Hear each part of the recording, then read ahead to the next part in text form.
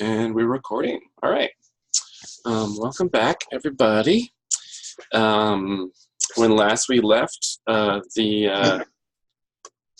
team of there are 6. Topias is 7. Lomo 8. Sonelma 9. Durban 10. There are 10 of you who are about to camp out outside the cave of the beast, because by the time you get out, it is dark. The sky is full of stars. It's a crystal clear night, and it's early spring, so it's quite cold. In fact, there's still some patches of, ice in the shadows of rocks and things like that. You got the cart, and the cart's all loaded up, but you need to camp and spend the night before you set out for home. And I'm gonna rule that because actually with the cart, you're gonna be pretty slowed down hauling that cart along. I think it took you half a day to get here, so it'll take you at least a full day to get home once you start hauling across this landscape.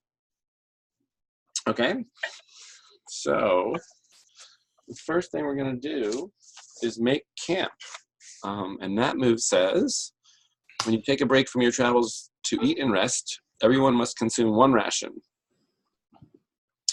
And so this includes, so that means all together as a group, you guys are going to have to consume 10 rations.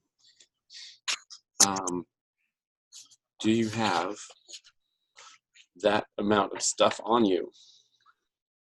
I have 8 between Yarko and Taimi. Oh. Yarko takes 1, gives 1 to Topias, and 1 to Durban. Okay, great. So those guys are taken care of.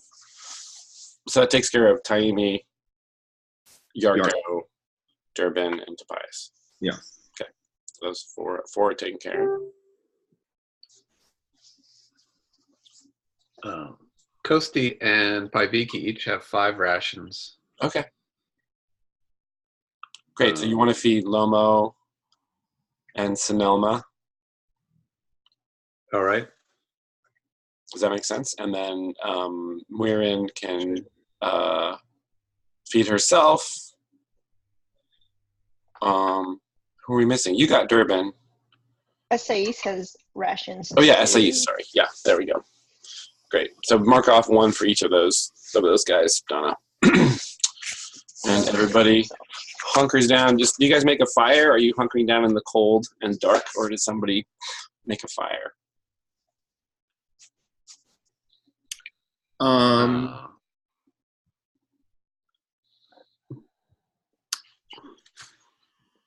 I think Yarko would make a fire. Okay, there's enough old crates and scrap wood in the cave to be able to do that. So, all right, and then I guess there's an opportunity for somebody to keep company, which is when you spend time conversing with a party member. Are there any among you who you feel like would be that your character would do that or want to do that with a fellow party member?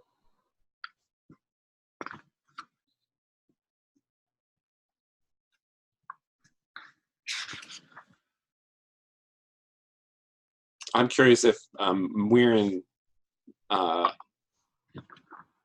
feels like chatting with anybody about the day's events, or is Muirin sort of a more quiet, keep to herself kind of person?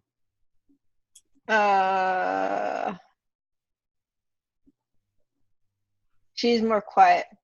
Okay. But if someone wants to approach her. So Kosti and Lomo are, I think, probably, having a moment, right? Like they're probably just very happy to be back together. True. Yeah. I think Paiviki would want to chit-chat up Muirin. Okay. And is that legit?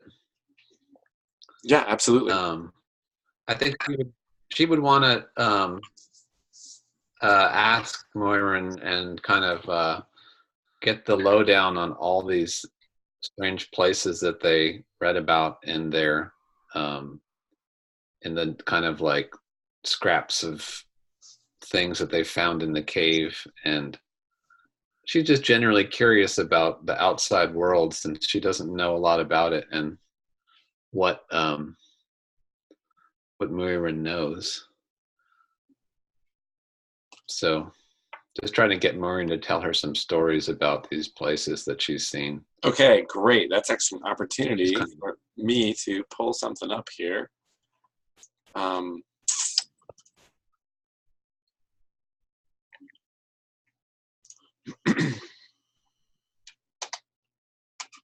going to share my screen. Okay. So this is the known world. For the villagers anyway. And you obviously, you don't have this map in front of you, but I wanted to pull this up so that Donna can have some sense of where Muirin might have traveled and sort of decide where that's been. And Donna, if you can access the drawing tools, is that visible up there for you? Yeah, I At think the top of the screen. Annotate. Yeah.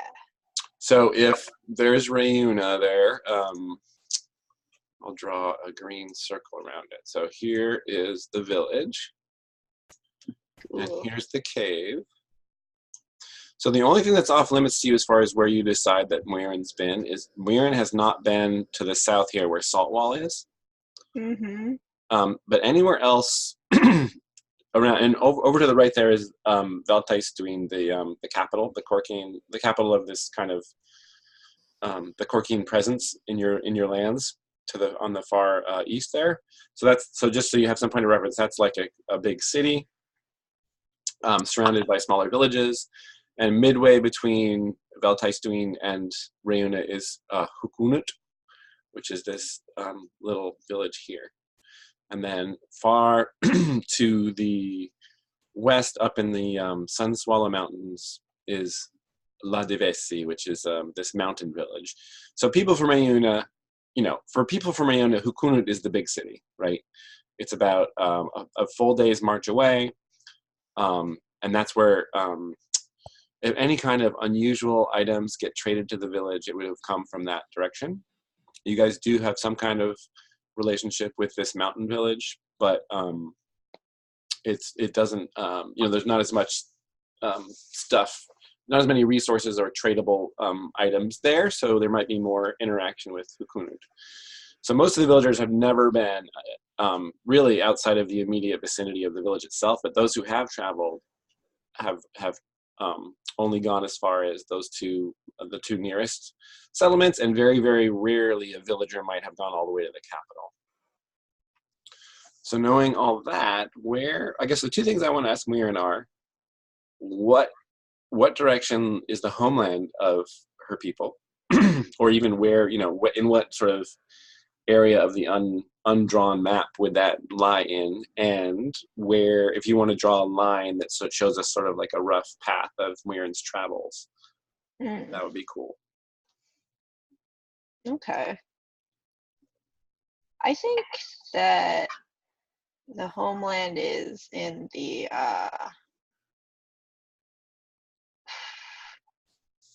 let's say like northwest direction. Okay. Ooh. Okay, so somehow you ended up here.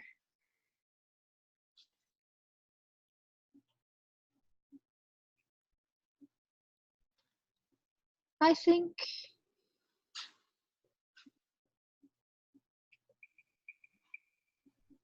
I think you could have and gone through this city and then traveled.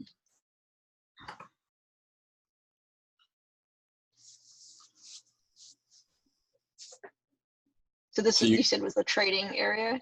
Well, that town right there, that's a small mountain village that doesn't have a whole lot going on.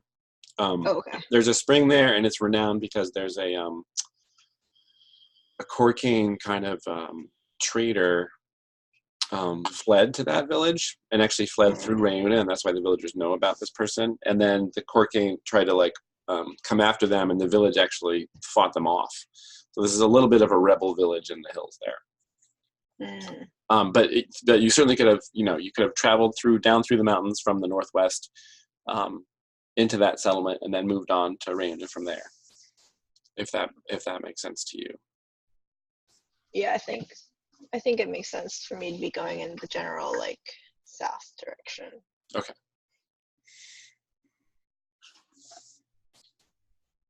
And then did you do any other wandering around up in that area, or was it pretty much from there you came down the that western road to the village? Oh, yeah, I do. What? The vegetables look. I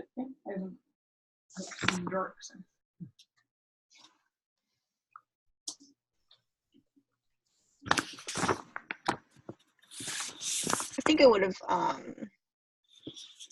gone around and looked through some of these. These are trees? Yeah. Yeah. Okay, cool. And I think that I do sort of live further out. Well, not right by the Motherwood, but I do think I live more on the outskirts of Raina. Like where you've taken up residence, Right. is right. not in the village itself. Right. Okay, cool. So you wandered around kind of in that area up there is called Watcher's Climb. So you've done some wandering up in those hills and forests to the north of the village. Great. Okay, awesome. So back to Paiviki and Muirin, sort of by the firelight, having a conversation. So Paiviki just generally wants to know Muirin's sort of what Muirin has seen in her travels, that kind of thing. Yeah, and Paiviki once says, "What makes you a wanderer? Why did you come all this way from your home?"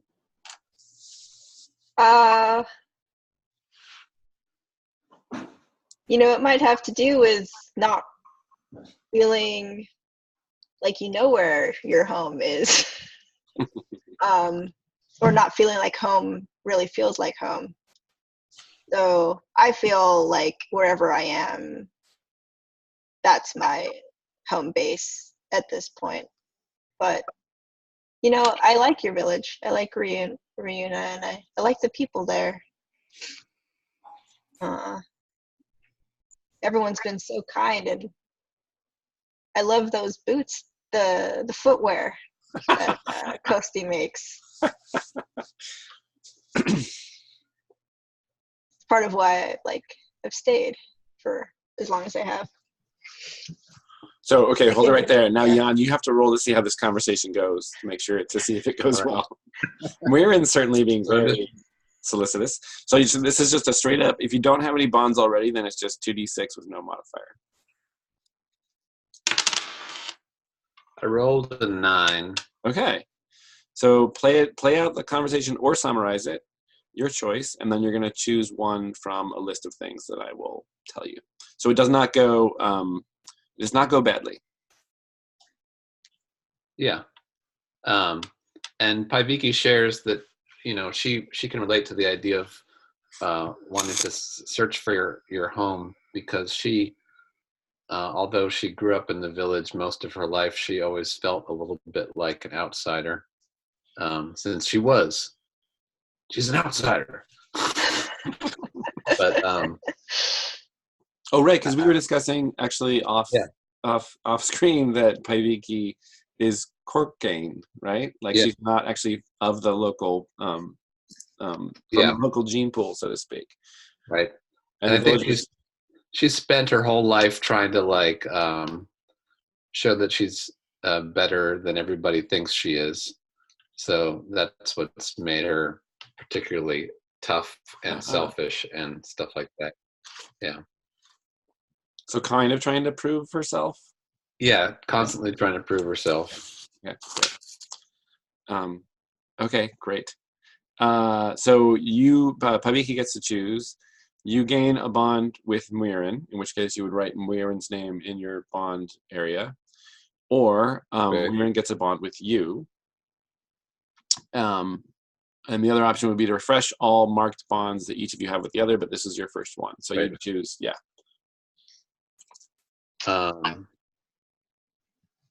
So if I have a bond, I can help Mirren. If Mirren has a bond, she can help me. That's right. You can always help somebody, but the bond will let you help them an extra Right. amount. Yeah. I'll take a bond. All right.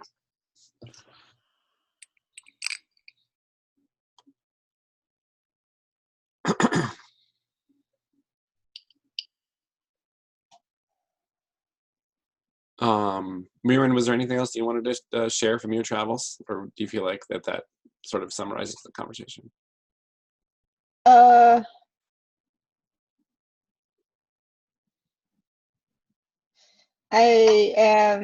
leave the conversation impressed by Paviki.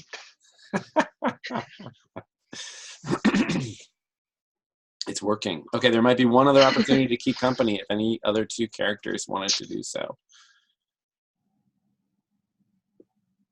I think Yarko and Tapias, I mean, Yarko's not going to, as we discussed off screen, Yarko's not going to end up being like a PC, at least at the start of the game.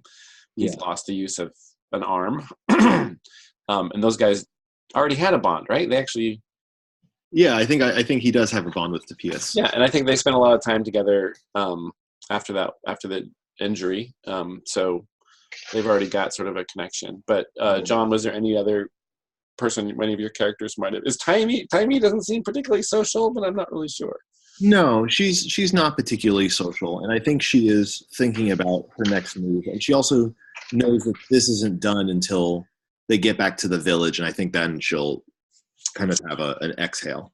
Okay, got it. Okay, well then we're going to pass the night. And I think from the people who are not exhausted, so between Tapias, Mirren, Paviki, Kosti, and Taimi, I guess Esais is pretty functional too, actually. What would you guys like the watch order to be during the night? Who would like to be on first watch? Taimi is really eager. She would be on first watch. Okay. And who'd like to be last watch before morning? Kosti can do that. Okay. And then sort of middle of the night.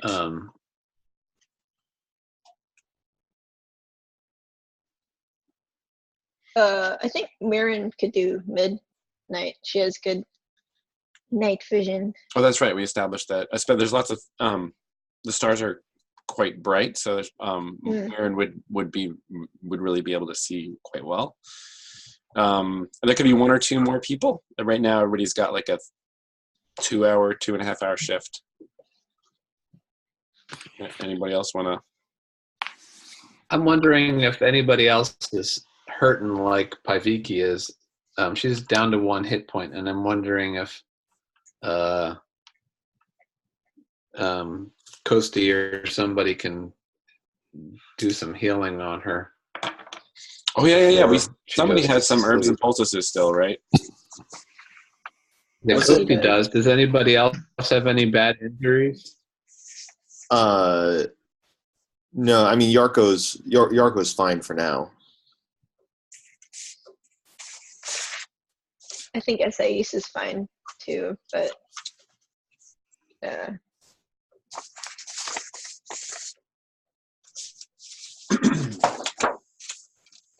Okay, so Paviki can definitely be somebody can tend to Paviki's injuries, which is basically like almost like a concussion and a big, like cracked open the back of her head a little, right? Like, yeah, I think she also got injured fighting the wizard guy. Oh yeah, right.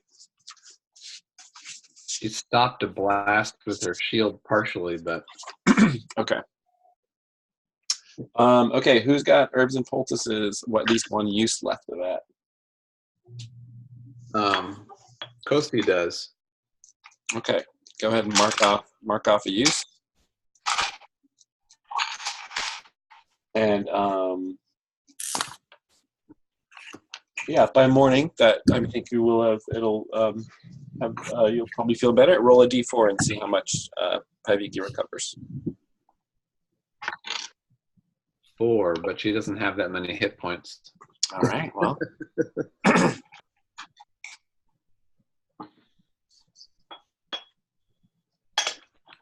I think she's got to wear some kind of But do we need to roll to? Yeah. To do what? We need to pass the night before any of that happens, right? Yes. Right. Before you actually get the hit points back, you'll pass the night. Yeah. Okay. And to do that, this is relatively. So we're gonna roll. See, I'm gonna have Donna. Will you please roll? Well, who's on first watch? Taimi. We'll have John roll. John roll 2d6 plus 2 because this is a relatively safe area. All right, 2d6 plus 2. Ooh, that would be a 12, Jason. Okay. The night passes without incident. Everyone gets restful sleep. Oh. When you wake from at least a few hours of restful sleep and you ate and drank the night before, you heal 1 plus your Constitution modifier in hit points and or ability points. So if you've suffered any damage to Constitution, or I know that some people did suffer some ability damage. Yeah, Yarko suffered a lot of ability damage. When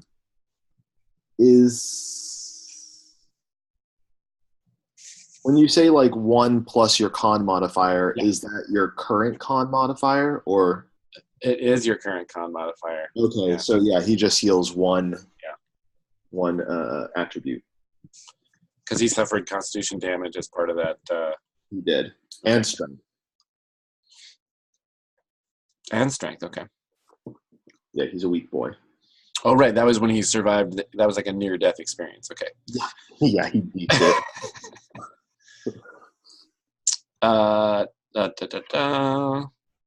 right. Everybody who needs to do that has done that. Great. And now you're going to set off for home with the cart. And for this, because you are slowed down, we are going to roll for this. If you guys were on foot and you were just marching home and it's half a day, I would just kind of not worry about rolling. It's also a safe region, or this area of the Highlands is relatively safe. But because this cart's really slowing you down, there might be some complications. So who's hauling this cart? Who's got the strongest folks we have on hind? Yarko's missing, and he can't use his arm, so he's no good. Taimi's pretty strong. Yeah. And Paviki is quite strong. Yeah. So maybe each one of you grabbing one of the handles, and then Tapias and whoever else can sort of push from behind. Yeah, that sounds good. Yeah.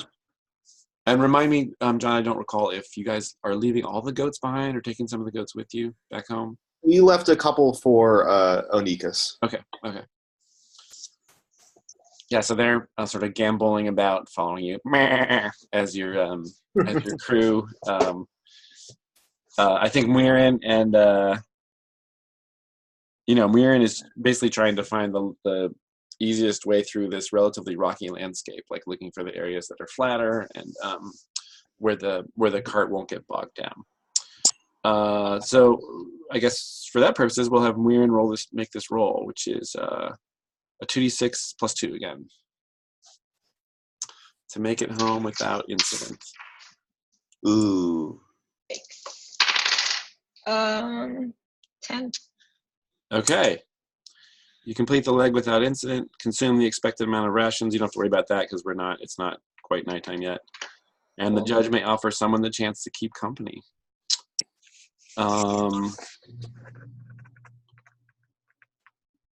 Flexible selfless.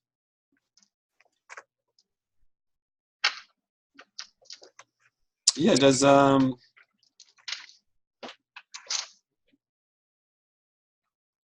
I would say that Esais or Costi, if they wanted to. Is Costi still kind of hand in hand with Lomo and only paying attention to her, or is he being social with other folks?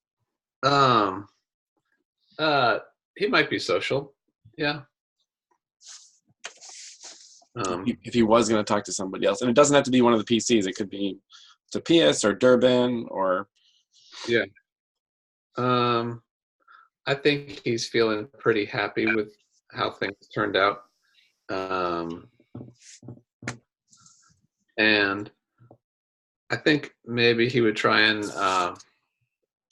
chat up Durbin and see if they can communicate at all, even though they don't share a language, and just kind of talk about Rayuna and Saltwall and stuff like that, and see if he can understand anything.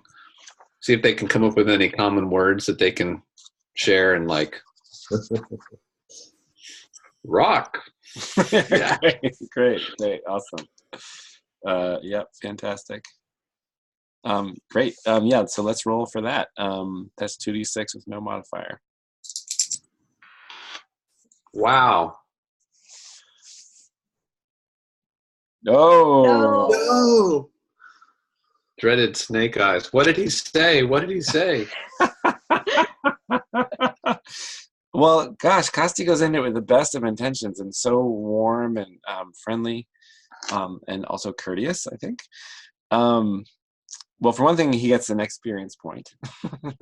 Okay. Because he's learning something about how to interact with this particular individual.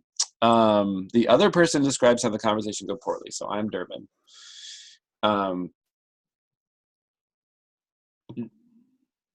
Durbin appears to be really, really moody.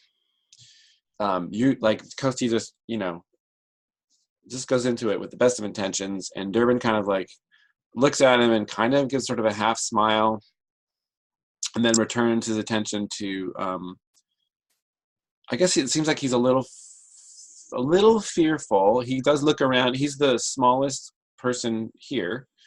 The Venati are 4 to 4.5 feet tall, and he's heading into new territory.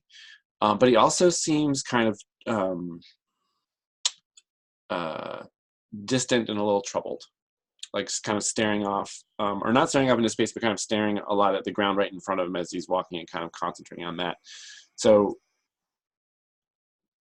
he looks at Kosti and kind of gives him sort of a half smile and acknowledgement, and then doesn't say anything at all. And after a while, doesn't seem annoyed, but it seems like he's completely kind of unaffected by Kosti's warm-hearted attempts. Yeah. I think Kosti was probably taking it on as a challenge to see if he could break through and welcome the newcomer somehow, and just took it a little bit too far. Let's see here. Trying to figure out where my... Okay, so...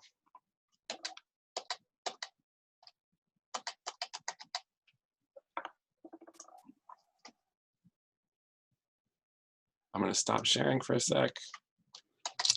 And I'm going to get us up to the village. Here we are. So you sort of top this this kind of rise down in the lower left there.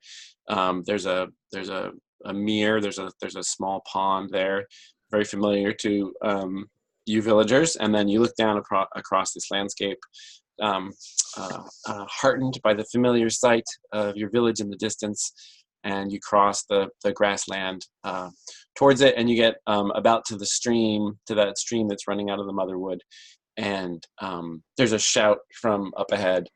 They're back! They're back! And a bunch of kids come running down the hill, kind of squealing with delight and screaming. And one of the kids runs back up towards the village to tell everybody. And the cart gets kind of stuck in that stream. Like the wheels get kind of stuck in the water, in the mud. And most of the village comes like flocking out and down across the hillside to the stream, and helps everybody as a group kind of heave, ho, haul the cart out. And once you get the cart out on the far side, there's a moment where everybody's like, can't believe that Loma and Sonelma are okay, and shaking, just clapping you on the backs, and everybody's very cute. The kids are all in a little clutch, kind of pointing at Durban and whispering to each other because they've never seen a Venati before. Tinny, the sort of tender of the old tree, one of the village elders, is kind of barely kind of holding. She's very emotional and very kind of overjoyed that everybody has returned in one piece. And I'm going to say, Muirin, you notice as Ray's standing around, back up towards the village, kind of standing on a rock right at the edge of where the buildings are. You recognize the kind of telltale pointy leather hat of Elmeri, the word giver, who's kind of watching from a distance. He hasn't come down to congratulate you in person. He's just kind of watching, and then turns around and sort of walks back into the village. And Elmeri's the person who's in charge of the town from the Corkian city. Yeah, he's the Corkian. Let's see. Oh, here's who's going to be our main characters. We know this much anyway. Use Jan's drawings. Here. Thank you, Jan. Yeah. Don't take those as definitive. You're of course welcome to make your own drawings. I forgot I had a cloak. Yeah, these can all be works in progress. Just wanted to get those in there. And Paiviki the Great, because after the stories are told, and Paiviki especially, I imagine, kind of, as she was doing when she met Durban, pointing out how awesome she was and what her accomplishments were, everybody starts talking about her that way. And the kids are like flocking behind her like a train. And here's our other NPCs. So pious. And there's Elmeri on the right. So he's the word giver who has been installed in Rauna by the Corkane. But he himself is not Corkane. He's from the grasslands. He's kind of like the equivalent of a collaborator in France in World War II. He's working with the occupying force, essentially. But he shares that house with Yarko. Yarko, I think, was adjoining the big house, right? Yeah, Yarko sleeps in like a very humble office off of the jail cell. Oh, right. Okay. Yeah. It's like the office on the outside of the drunk tank. Right. He has his few like belongings and everything. That's where he sleeps. So. Yeah. So I guess he's got his arm in like a makeshift sling that somebody put together. And this crowd, they sort of push you all away from the wagon so that they can pull the wagon the rest of the way. And everybody makes their way up into the village. And unless anybody has any immediate thing they want to do upon arrival, we'll jump to the kind of celebratory dinner. Did we note? Did Taimi notice Elmeri at the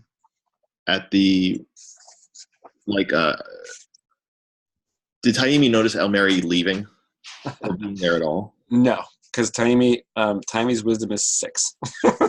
Yeah, that's right. She's not smart. She's just caught up. She's totally caught up in the moment. Like, we've been huffing this cart all day. Taimi is sweating, like just totally exhausted, and she turns to Paiviki. That rat of a word giver didn't even have the courage or kindness to come down and greet us after the great feat that we accomplished. She spits on the ground. I'm tired of him. And then Paiviki looks around to see who's listening, and she's like, I agree with you. I would have words with him. And then, go ahead. Oh no, I was just gonna ask, was it possible to tell if Elmary was upset upon the return, or if he was more just embarrassed? From that distance, you couldn't tell. Okay. You just basically recognized his profile because of the hat, and then he just turned and walked away. So yeah, you didn't get a sense of his state of mind. Well, as the, I think she would take Taini and Paiviki, Taini and Moiran over and say, I was thinking about it. I realized that we were bringing home Sinelma, but and it was Sinelma's partner who was executed. And no wonder Sinelma's such a grouch.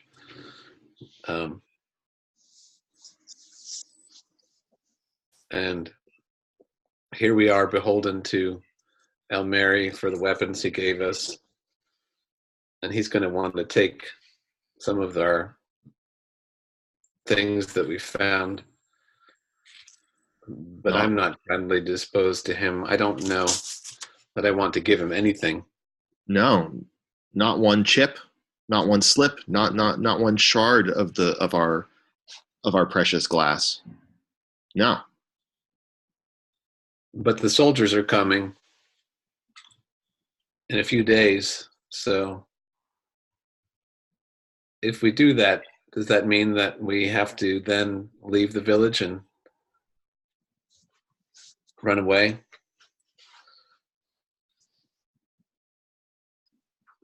No, because then we would just be leaving the village to sort out our mess. Even if we stamp him out, the villagers would be punished for it.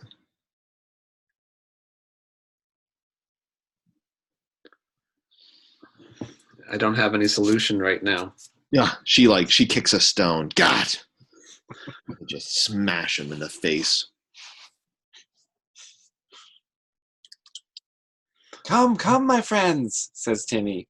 And they're quickly assembling. There's a series of stumps in kind of a semicircle around the old tree, and they're laying down planks to be the sort of tables, and people are running around, getting collecting honeycomb, and they're somebody's going to get the game that they're going to roast. So they're everybody's getting ready for a big party, basically. Yeah. So and so between now and the party, is there anything you guys want to do?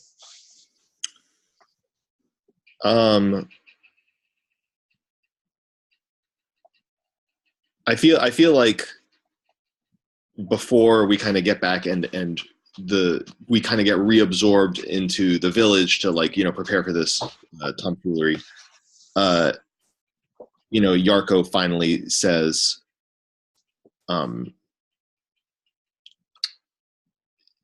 to Topias, "You did so well, and I'm very proud of you. I wish I could have had the strength to see that adventure through to the end. I thought it would be me protecting you. Perhaps I'm just too old." Yarko, you did protect me. You threw yourself. I mean, I was terrified, honestly. And he says that kind of quietly so nobody else can hear. He's totally confiding in you. Yeah. I can't believe you put yourself in that position for me. I did just that. I put myself in that position. When you were about to make noise, I made a foolish move and tried to stop it. I only exasperated the situation. I woke the beast and lured it on me. Topias is kind of like, well, when you put it that way. He doesn't say that, but he sort of doesn't know how to respond to that, and kind of like pats you on the back. Yeah. But his eyes kind of, and he kind of like his eyes kind of dart down to your useless arm. Yeah. I just thank you for not dying. We all made it back. Yes. This we is did. what adventures are like. Maybe it was just too much. When are we going to do it again? We'll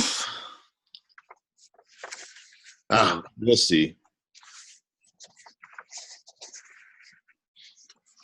Can Paiviki interject on your conversation? Yeah. Sure. Yeah. He says to Yarko, you know those things that we found in the cave? The wizard that made mud crawl up around my ankles, and the blast that changed Esaias's face. A terrible, terrible nightmare that I can't even imagine. That you had the courage to face it, let alone the strength to defeat him, is. But that's not my point. If I can figure out a way, there must be some magic that can make your arm work again. Just a snap of the fingers, and it'll be healed. Then you'll be strong again. I'd like to believe you. Was that if I had seen it, maybe I might. But I laid in a pile of hay at the foot of a beast while you fought the magician and the enchanted parchments.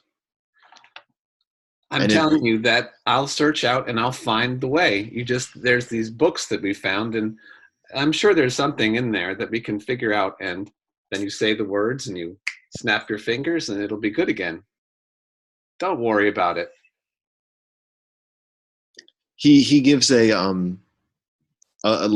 smile, a very thankful smile, and claps you on the shoulder with his good hand.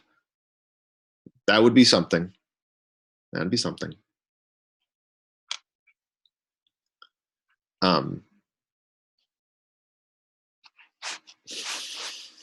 Great. I think Yarko gets to decide either to have one of those conversations been a keep company with Paiviki or with Tupius.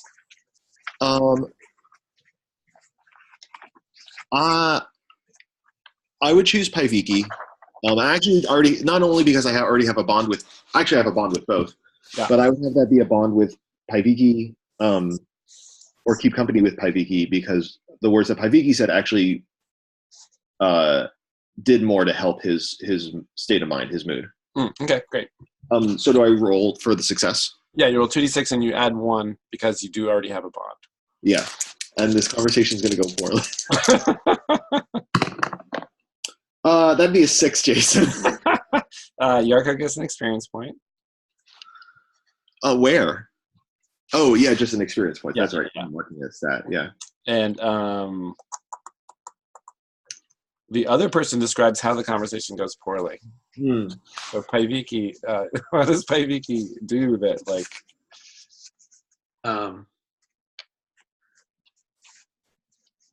I think that Paiviki just sounds too maybe overly hopeful and kind of dismissing of his terrible injury. I'm imagining that Yarko is kind of really bummed out, like this is the end of his career and his life, having his arm missing. And maybe Paiviki's just a bit too easygoing and flippant about like the whole thing. Sounds like she's being insensitive.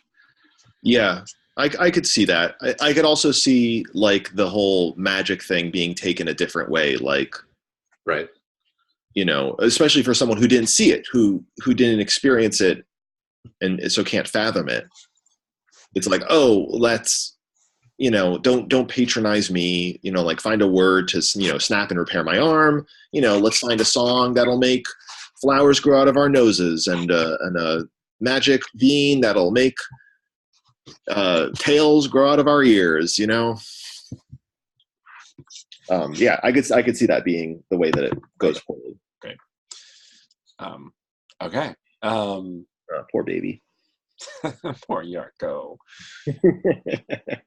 So I guess does Yarko make his way back to his quarters, part ways with everybody, or hang out with everybody until the party? I think I think he wants to be by himself. A, B, he doesn't want to go back to his place because he doesn't want to have like any chance of running into El Mary. Ah, okay. So he'll probably just, just kind of putter around, do a lap around town. Okay. It's hard to keep the people from coming up to him. Like people are like, they see him doing that, and everyone's like, "Oh, Yarko, how terrible about your arm and all that." Yeah, he's kind, but he's very quick to be like, "Oh, go! They'll be feasting in the town soon. Go!" Okay. Any other business before the party? You guys, just to be clear, you're going to level up after the party. The party is a celebration of your reaching first level. Yay.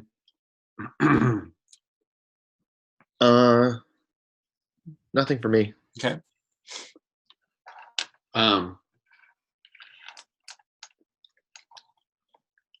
Excuse me. I got licorice stuck to my teeth.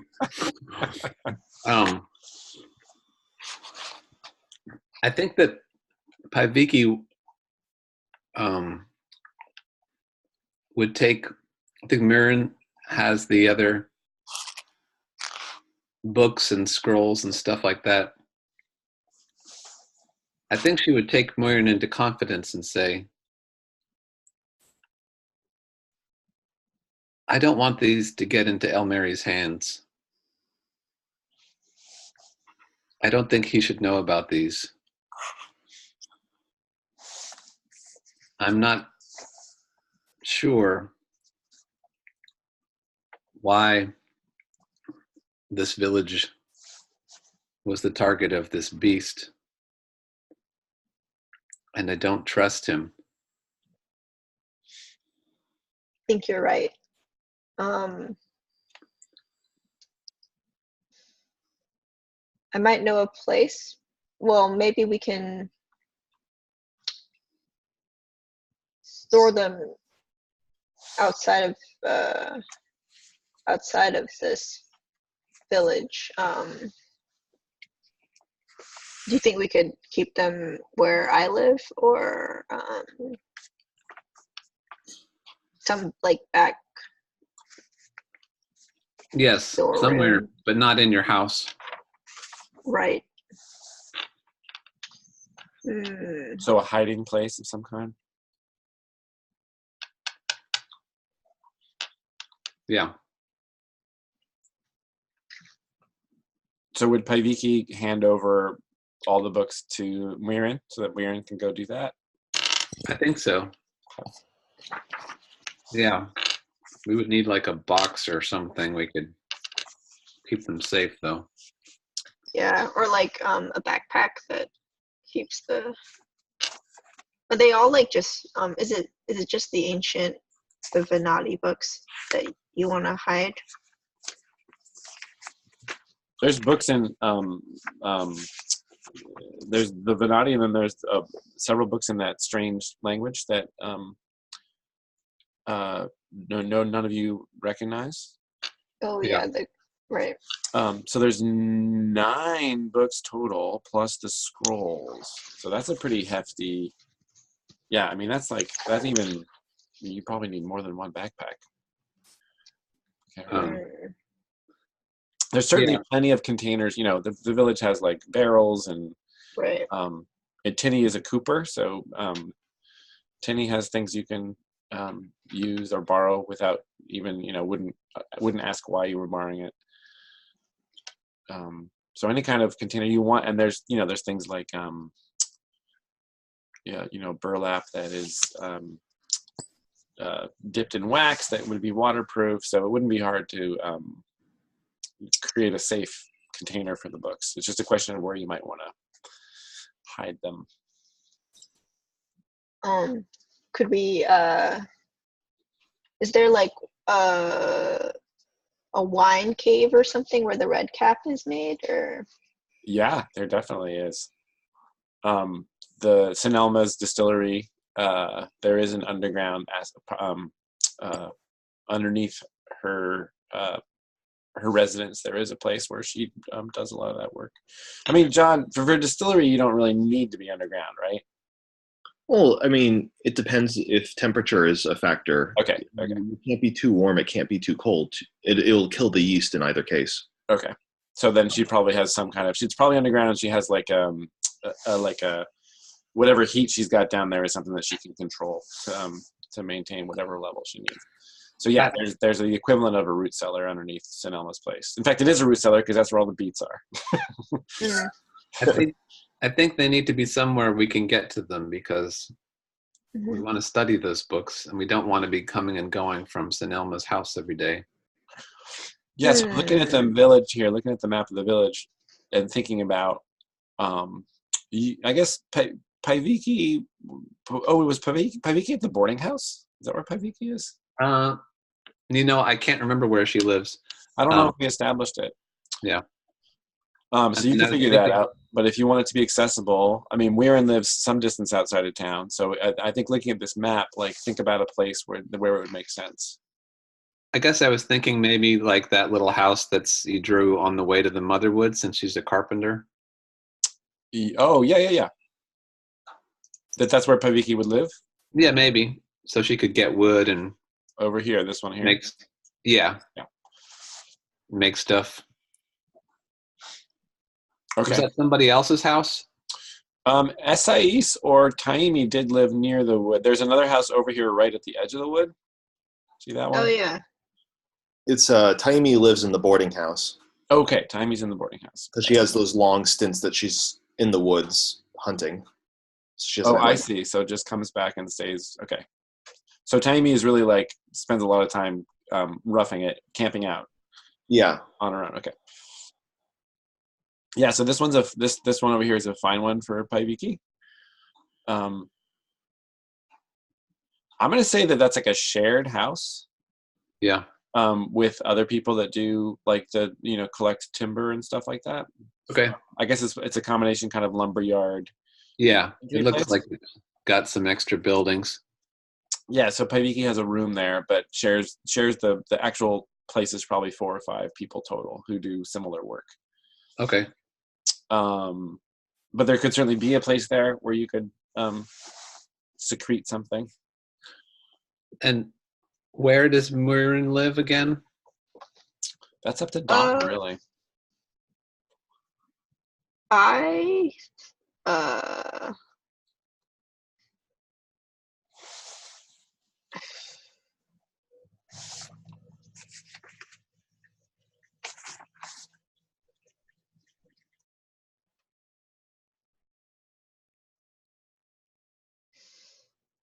think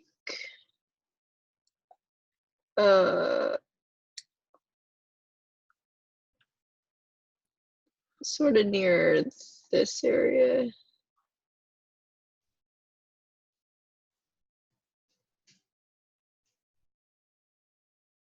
Sorry, right at the edge of the Motherwood? Yeah. On the far side of the stream. And do you have like a little lean-to? Have you built a little like? Yeah. Has Paviki helped you build a little cabin or something? Yeah, a small lodging cabin. Okay, great. And what about SIEs? Just to be. I think he was here where Jason circled in green. Yeah, I think I remember that being the place. Okay. Yeah, he has a little place right at the edge of the wood. Right. He's a trapper, right? Yeah, got all his traps all out there. That makes sense. And set traps and he's got his his like racks for drying the skins and all that as well. Yeah, and he's stinky, so he doesn't want to be near anybody. Right. We already established that he's super smelly. So books at Muirin's or Paiviki? Yeah, I Okay. think so. Does that sound good? Mm-hmm. And are you going to haul those down there by yourself? Kind of lugging them?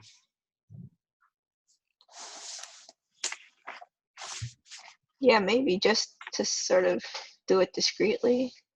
Okay, so while everybody's kind of preoccupied with stuff going on, you kind of slip away, and you've got your backpack and maybe like another sack with the stuff in it. And so anybody looking would see that Muirin is, carrying some heavy stuff back from the expedition and sort of heading home with who knows what in those bags, but not particularly suspicious. Okay, great. Anything else? Oh yeah, sorry. And then why don't we cut to Muirin inside that little lodge you have there and tell us what you do, like where you hide the stuff. Oh, so the books are at my place. Uh,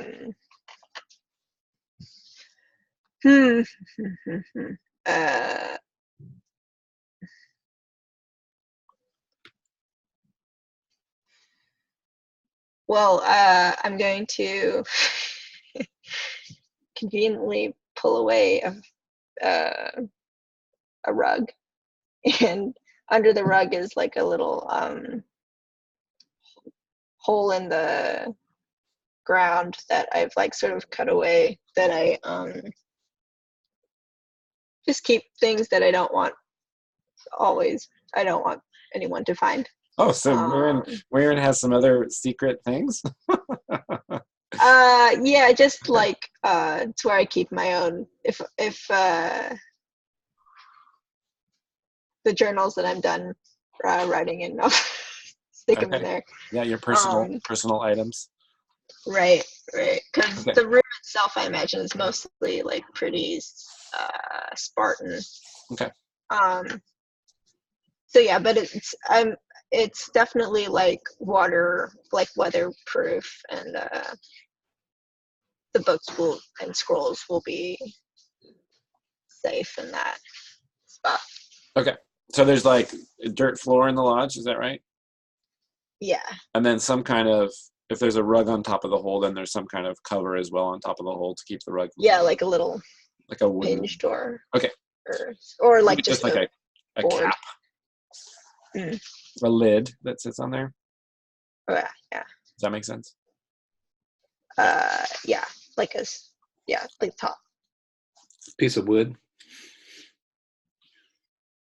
Okay, great. So that's where the stuff is stashed. Anything else? I think that we also brought back that magic, or that staff, that wizard staff. Oh, yeah, right. Wow, yeah. And the cold bracelet. Mm-hmm. Yeah. I think that. And we already counted for the scroll cases? I think those went with the books. Okay. What about the vial with the acorn on it? Or the ceramic vessel? I think that was in Paiviki's person.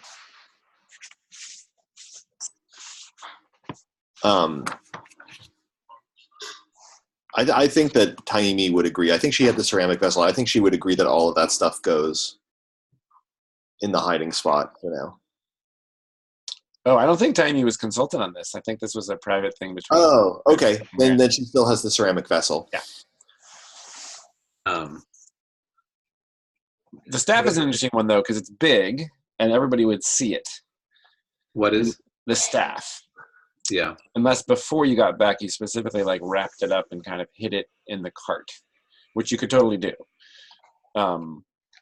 If not, then everybody's going to be like curious about it because it's, it's unusual looking and it would clearly be part of the story. But Paiviki can make that call because Paiviki is smart enough to decide whether to have hidden it or not. Yeah.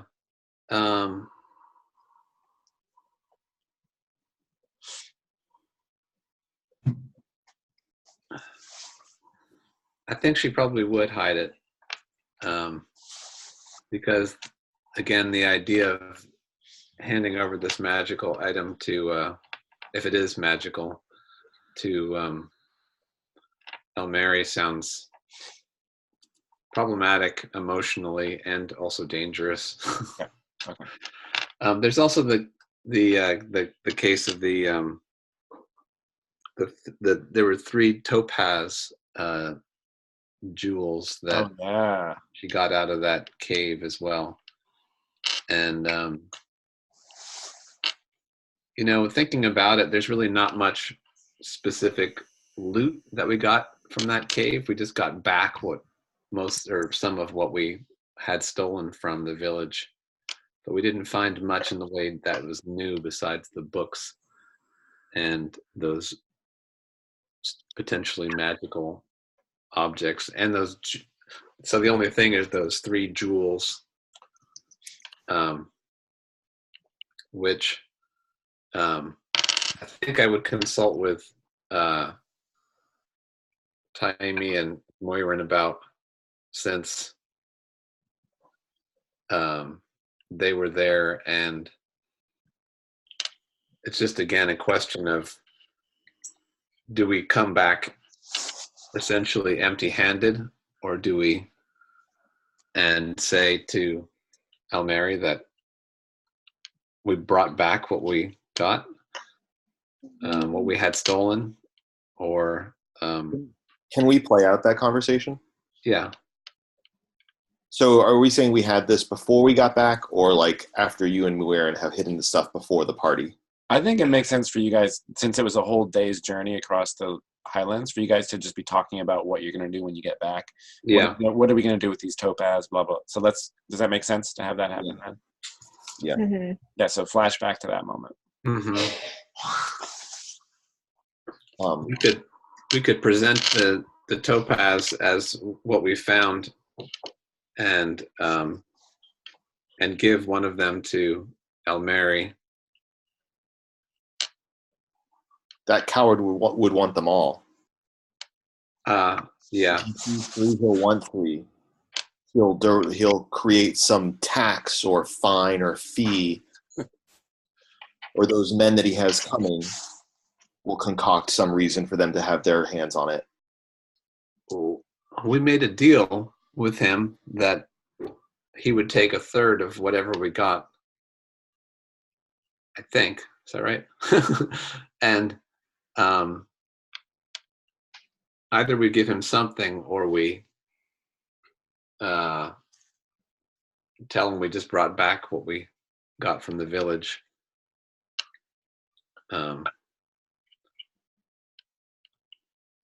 But I am nervous to let him find out if we're keeping these things, because he's a dangerous enemy at this point, if we make him one. I don't think he's particularly dangerous. I feel like either of us could snap him like a twig, but I feel like the people that are invested in his continued existence value his life. Go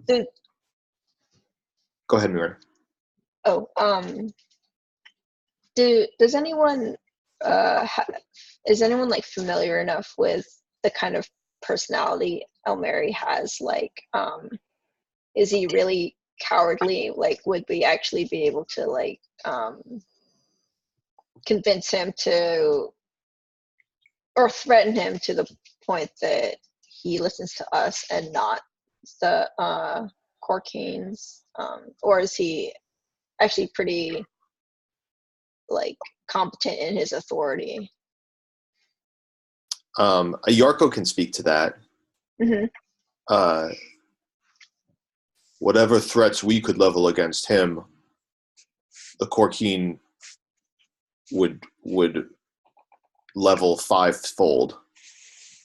We can't scare him into being on our side, nor do I think can we befriend him enough to have him on our side. You saw what happened when the beast came. with every subsequent visit. He holed himself up in, what's that word? Corcatalo. Would you say he's willing to, he'd rather be killed than to give up power to us? I think if we bring him back a prize of suitable worth, it will satisfy him and hopefully satisfy the Corky. The cocaine. Cocaine is That are on their way. Instead of revealing that we have 3 jewels, why not just reveal that we have 1? You can't cut up a jewel. Give him the whole thing.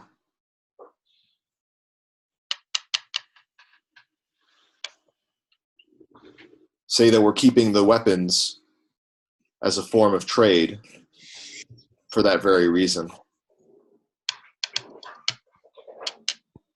I like it.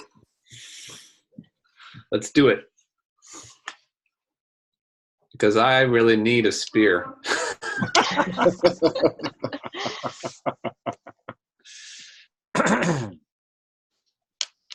So the idea is that you would give him 1 topaz, not letting him know there were more, in exchange for the weapons that he has lent you.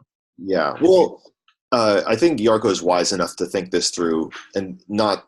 I mean, I would love to RP talking about math, but like, we don't even have all of the green glass back. That's right. Because the monster was on top of a significant portion of it. So, I assume that he wants a third of everything, even the green glass that's not rightfully his. And so my thinking is that if we give him the gem, we can say, that's your share. The green glass is ours, because that means a lot to our village. Mm-hmm. But also you want the spears and the shields in the deal. Yeah. Yeah. The topazes, that's got to be worth something. That's got to be worth something pretty.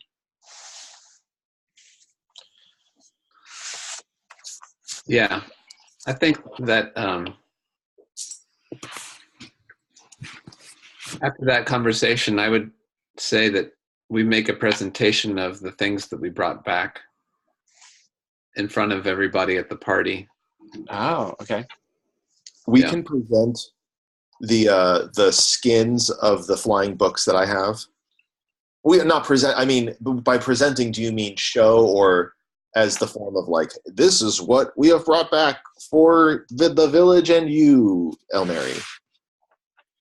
I would say we would present the all the goats and the what are they called, those shards of rock,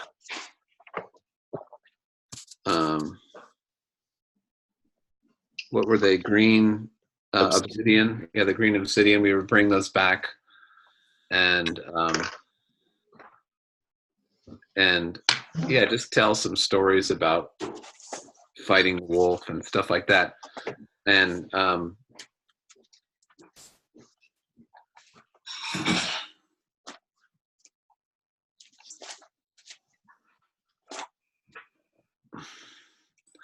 then when we then go and visit the El Mary and give him the topaz and make a deal, or try to make a deal with him about the weapons. Yeah. I would rather take care of that before the party, because I don't want him to foul up the sweet proceedings. Like, here's your topaz. Like, you're not welcome at the party. I would say let him come to the party, and then everybody, I mean, if he does show up, then everybody will, if he wants to take people's stuff, then he'll have to do it in front of the whole village. But I don't think he will. Oh, that's a great idea. Like, have this be the thing, like, oh, and you know, word keeper, here's your share of their treasure. And yeah, that's a great point. Like if he has a problem with it, he'd have to be like, give me your stuff. Right. Mm, Yeah. mm. So I would just have us present all the topaz or the obsidian back to the villagers and say, this is what we recovered in front of everybody. And you know, here are the goats that we were able to save. And just tell them stories, and you can show them the skin of the flying books and see if anybody believes us. But we'll show them Esaias's face and the weird like discoloration of it if he's willing to do that, and just bring back a story to tell everybody about what happened without telling them about the magical items or whatever they are that we got. I'm trying to think of how to hide the staff. Well, It was if it's wrapped in a cloak in the cart, you know, there could be a way to kind of surreptitiously hand it off or deposit it somewhere that nobody would notice. Or Yeah, I think I would put it down near the creek when we're heading into town, and then at some point we can go along the creek from Moirin's house and get it. Okay, so hide it in the brush along Yeah. Okay, great. Good idea. All right. Okay. Ready for the party? yeah. Everybody good? Yeah. Taimi, what are the two musical instruments that reunions pull out in time? Oh, I thought you'd never ask. You know, we're a very woodsy people, so we have this drum that's like I don't know like the physics mechanics of how this would work, but it has multiple spots to hit it along its trunk, and it gives different sound percussions. And then I was thinking of something that's like kind of I was thinking like a branch sort of thing upside down, so you kind of shuffle it on the ground and little bits of metal kind of ding-a-ling. Oh, cool! Yeah, almost like a. And I Google translate that out. It comes to oh god, what is it? Stoikost, which is noise broom. Wait, you were already looking up music? No. I was already looking. I was just like Google translating. Great, noise broom, excellent. Yeah. There's like a jingly. There's like a dump dump dump dump dump dump dump dump dump, and then like yeah, and the you know, there's kind of a somewhat tonal quality to the trunk. Okay, great. I'll find a link for that too. Great, awesome. And there's singing. There's like songs of celebration, and you know, a great bonfire is struck up in the shade of the old tree, so, you know, safe distance from the trunk itself. And then there's this semicircle around it, and the returning heroes are seated first. Tapias is looking really kind of excited and flushed because he's seated there with the rest of you. His parents are looking very proud. You realize at a certain point that Elmary is not showing up. And when somebody asks, Tinny says, he has never felt welcome at our celebrations. I expect he will want to talk to you in the morning. And food's being brought around, and the Sinelma has rolled out her top shelf stuff for the party and is toasting you all around. So I guess the question is, do you want to somehow go get Elmary to like get him here so that you can do what you wanted to do, or do you want to wait to talk to him some other time? But it doesn't look like he's showing up. We would have to threaten him, force him out of the house. I would say we still kind of say what we brought back and say what we intend to give to the village and intend to give to him, to be transparent with them. That's my thought. So there's a little consultation between Taimi and Mirren and Paviki. Yeah. And great. And then there's the moment where who would be the main storyteller amongst you?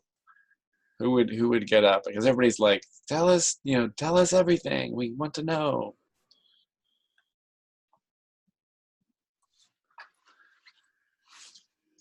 I have a charisma of 16. Taimi does. Wow.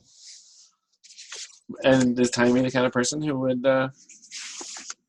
I can totally see that. I could see a... Yeah, I mean, because she's one for bravado, and she definitely won. I think everyone will realize quickly that she's spinning a certain version of the story, and she does it with that same kind of like slow singing, like misty like beyond the misty mountains, old da da da. So she goes through it, and in her version, Onikais is like just a complete villain. Like, he's the friend of the beast. He allows this to happen. Like, we captured him. We, like, he tried to outwit us, but we were too smart for him. He tried to run away, but we were too fast for him. He tried to outfight us, but we were too strong for him. And then I talk about the monster and how our clever tricks, and I kind of try to throw one to the village, like the red cap of the village, we made it, we tricked him, like the beast was sleeping, it meant us no harm, but there was deeper dangers down, and then I give Paviki just like the hugest verse, like the battle with the magician goes on for seemingly 30 minutes. And then mighty Paviki with spear and shield. Yeah, and then Durbin is this like his mind was enslaved by the magician, a stranger from like a distant land, but he like we were able to bring him over to our side. We fought the books. I make myself look cool. Do you talk about the evils of books? No. Okay. No, I don't. Okay. My version, like I'm like quick on my feet and quick thinking, and like everyone else is stunned.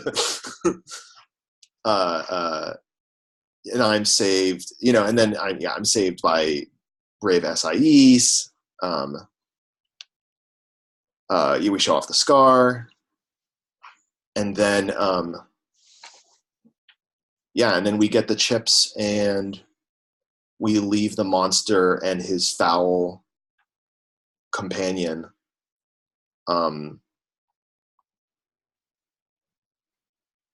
Yeah. I don't think I cast that in any particular light. Yeah, that's great. It's a great summary. I think that Paviki would add on that once the curse was lifted, that Onikas and Durban and the beast itself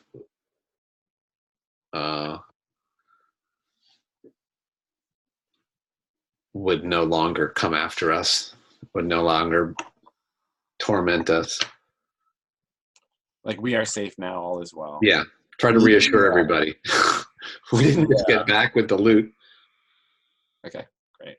And then she secretly crosses her fingers and hopes that that's true.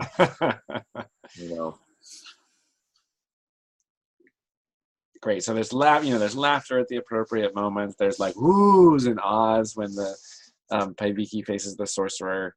The children are like whispering to each other and fearful when you're describing the beast. Somebody holds up a handful of the glass, the green obsidian, when you're describing that, and kind of lets it fall through their hands to the other hand. It's a well illustrated epic song, and there's much rejoicing and celebration, and everybody is very admiring of their prodigal fellow villagers. And the party lasts long into the night, with the smoke rising up towards the stars. And our level 0 villagers become level 1. Ding. I'm going to pull up I thought I had it printed out, but I don't. I'm going to pull up the rules for how that happens. That's not it.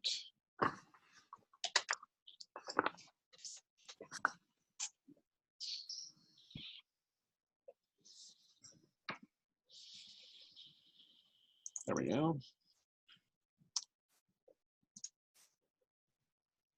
Oh. Okay.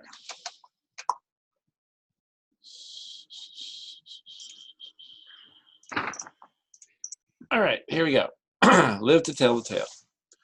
When you emerge from the narrow end of a funnel, you are forever changed. After what you've seen, the idea of returning to your old life, even if your village is still standing, is absurd. It's time to throw off the shackles of society and seize life with your own 2 hands. A different path stretches out before you now, leading into the unknown. There you will find your fortune. So together with your fellow survivors, look back on your shared trial and answer these questions yourself. Mark XP for each one for which the answer is yes. Did you fulfill one of your traits? Oh, wait. I think we did this at the end of last session, this part. Yeah. This was like a standard close of session thing. Okay, so we covered step 1. Step 2, become a freebooter. Choose your path according to your experience in the funnel. We already sort of talked off screen about the different classes that you guys are going to be assuming, and I believe, if I'm not mistaken, one of the things is if you overcame a challenge by stealth or trickery and prefer to avoid threats rather than face them head on, you may become a thief. And I believe Muirin is going to take that path. Is that right, Donna? Yeah, but also now just reading the conditions of this. Okay, I may have to change that, I guess. Well, I mean, I think you we started. Yeah, it was very stealthy.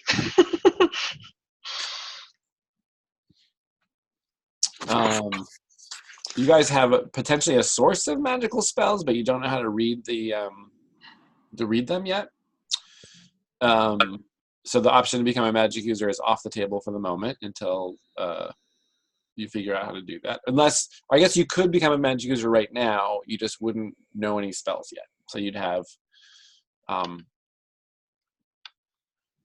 and for a magic user, the big deal about them at first level is they actually know some spells. So I don't know how wise that would be. I think I'll hold off. I'm very tempted, but I think I'll hold off. Okay. So I believe Paiviki and Taimi are gonna go the fighter path. Is that right? Mm-hmm. Yeah. I mean, the only other option I saw for any of us, which might be harder to justify, would be for somebody to be a devotee of the Motherwood or something like that. Yeah, that would have been, It didn't really come up during the adventure. It didn't come up so much, though. But certainly, like Esais and Taimi would be candidates for that, given their professions. Yeah. Donna, were you having second thoughts about being a thief? Yes, but now I feel okay about it. Okay. So after making your choice, take the corresponding playbook. If you don't have one printed out, don't worry about it. We'll just make notes. You're now level 1. Write 1 in the level circle at the top of the front page of the playbook. And then you kind of transfer your name, appearance, traits, ability scores, gear, and anything else relevant over to your new playbook from your villager play card. And so we need a minute to do that, or have you already done it? I haven't done it, but we can just talk. It's easy to do. Yeah, it's not. You don't have to. You can also do it later. You don't have to do it right now. Here's an important one though. Fill in a number of XP circles on the back page of the playbook equal to the number of XP marked in step 1 above, but subtract 5. So whatever your total XP is right now, subtract 5 and mark those circles in your XP area. How much does Taimi have? 5. I had 10 total, minus 5. So net 5. I didn't include that step in this this summary here. I guess I couldn't find the most recent. I was sort of in a rush to find this, and this is an older version, but that's the rule. And then you roll your new hit die. So for a fighter, that's a D10, and for a thief, that's a D6. You're going to roll a new die one time. You're going to add your con modifier to the roll, and if it's higher than your current hit points, you take that roll. Otherwise, if it's lower, you keep your existing hit points. In future levels, when you level up, the hit points are additive, but for the level 0 to level 1 transition, you're just rolling to see if your hit points increase by that amount. Oh, so I would just roll an 8 on a D10. You did? Yeah. And do you have a con modifier? I do not. Okay, you have 8 hit points. How many did you have before? I had 2. I got a 7. All right. And Paiviki, right, Paiviki has a 9 constitution, right? So no modifier there. Great. How about Mirren? So a D6 plus my con modifier. Yeah. Which is +1, I think, right? To con 14. Yeah. Okay. So that's my HP. Yeah. Okay. Cool. What'd you roll? A 4. Okay. +1.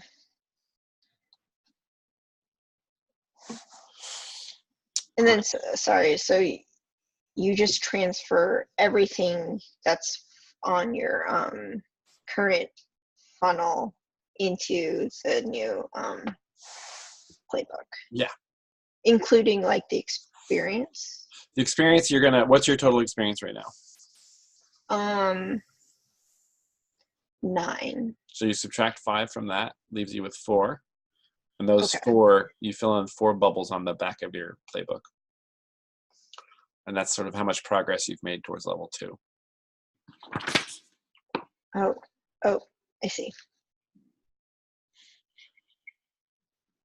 How many XP did Paiviki end up with? 11. After the subtraction? No. 6. Oh, okay. Good. So you're all sort of in the same ballpark. But so if you had like an XP marked for intelligence, would you transfer that over too? Yes. Okay. Good question. I should include that in the rules.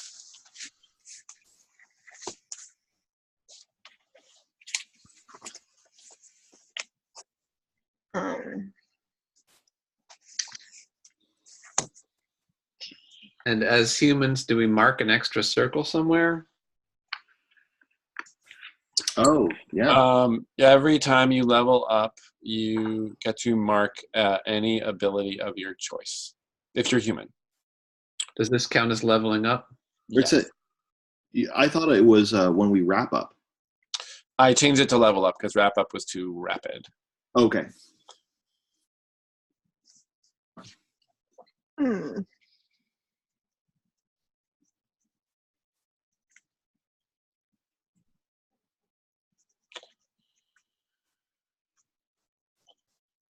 Sorry, and then armor is probably nothing. That depends on your Which you already have, yeah. outfit. Yeah. Yeah. I had a check mark for wisdom, And is that because as an elf I had a favored trait or something, or it's because at the beginning I was allowed to add?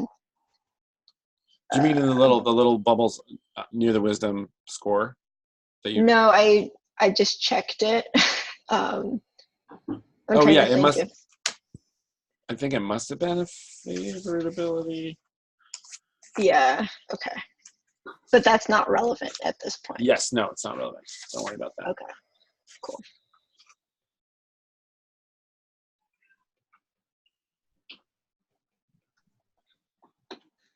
Yeah, elf's favorite abilities are dexterity, intelligence, and charisma. So I'm not sure why that was. I'm not sure why that was checked. Maybe it may be that you have the. You may have been noting that you have the highest one in the whole group, so you're like the best scout and stuff like that. I don't know, but you do have the highest one in the group. Okay, but so when you say that about elves, what did you say about elves? Oh, those favorite traits only matter when you're first rolling up your character. After that, okay. they don't. But it allowed you to kind of Right. move some numbers around during character creation. Right. So Okay. elves would tend to be, higher in those traits than other ones. Okay, and then the next thing would be you guys currently each only have 2 traits, character traits, personality traits. And this is the point at which you actually acquire an alignment, which you haven't actually had yet. So you look at your current traits, and if you did not act on one of them during the entire funnel, then you're free to erase that trait if you want. And this would be an opportunity to kind of shift your character in a direction you wanted to move it, personality-wise. So you have that option. And then when you look at the, I don't know if you have a printout of the actual trait table. I could show it to you in a moment after I go through this. But in the end, you're going to have 2 or 3 traits. If you have a virtue and a vice, you could just stick with those, and your alignment would be neutral. If you have, well, for instance, Paiviki's, just to use Paiviki as an example, Paiviki has covetous and selfish. Is that right? Yep.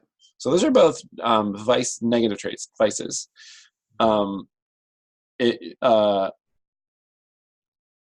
You could take on a positive trait that you actually reflected some way that you behaved during the adventure.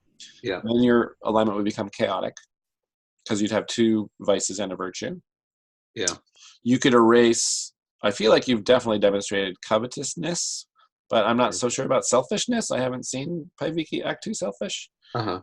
But you may feel differently. If you wanted to, you could erase, for instance, selfish, and then add 1 or 2 for other traits that could either make you, I guess you could go as far as neutral, but because of covetous, you could actually be lawful, because lawful would be 1 vice and 2 virtues. But you can't get all the way to good if you wanted to get to good. No, I don't Over want time, you could do that, but right now, you could either be neutral. Yeah. I think she's probably chaotic. Okay. She seems that way. I would probably just take on a characteristic of some kind. I'm not sure which one exactly. Does anybody have a suggestion?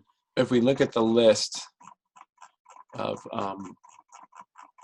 virtues, scroll, here we go. So on the right-hand list of the villager trait list, these are all virtues here, and going down that list, ambitious, right? Like Paiviki's talking about maybe becoming a wizard. That seems ambitious. Or daring is one. Yeah. Defiant, determined. They're all kind of, a lot of them are synonyms for one another. Yeah, some of them are pretty close to each other. Yeah. So just look down that and think about how Paiviki behaved and what, and also this is also an indication of how you want to play Paiviki in the future, obviously. Right. So, all right, so Paiviki is going to be chaotic. What about Taimi? I feel like Taimi was curious, certainly.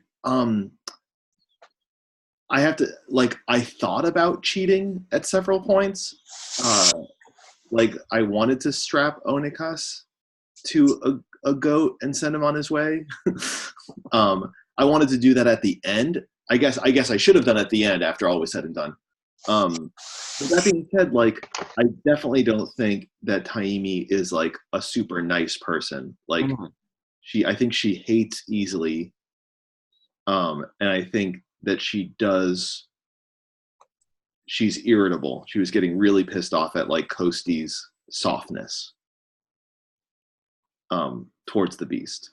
So I don't know. So I guess I could swap out cheater for something like irritable. Irritable is actually one of the traits, yeah. So you could totally do that. Yeah, I get it. So yeah, I mean, I kind of like the idea of having cheater still as a trait because I definitely could. As we talked about off screen, I could see Taimi being interested in using, like, leveraging the information that we have for her own personal gain. I've thought about like how she can leverage the information that there's still possibly green obsidian in the cave for her own benefit. So I don't know if I'm ready to give that up unless I need to game mechanic wise. You don't need to. If you just hold on to your current traits, you're neutral. You could take on, if you took on irritable, then you would be chaotic. Yeah, that's fine. If you took on a positive trait, you'd be lawful, which doesn't quite. I feel like Taimi's on the verge of being like a renegade outlaw. yeah, exactly. Yeah, so I'm fine to put irritable, and I'll keep cheater. I'll find a way to cheat y'all. Okay. And then every time you don't have to cheat us. Link. All right. And at the end of every session, there's also the option to like shift these traits around. So as you grow and change from level to level, maybe you in the long run will give up cheater and take on something else. So there's room for you to still change as far as that goes. So Mirren is focused and respectful, which are two virtues. Right. So Mirren is one good virtue away from being good. Yeah, I mean, she definitely acts, very focused, or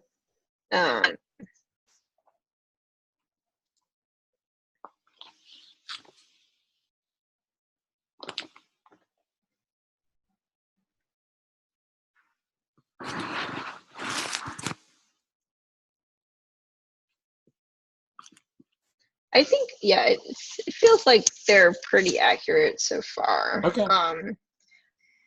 Is 2 traits enough for this, or if you have 2, you're the only. If you're neutral, you can have 2 traits, but one of them has to be a negative trait.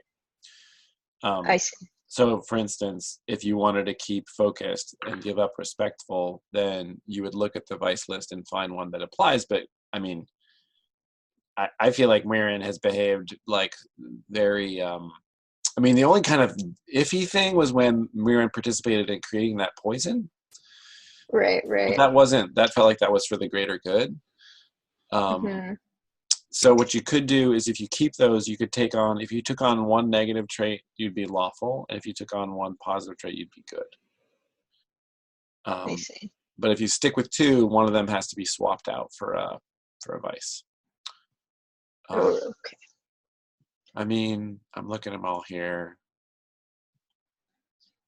You're not reckless.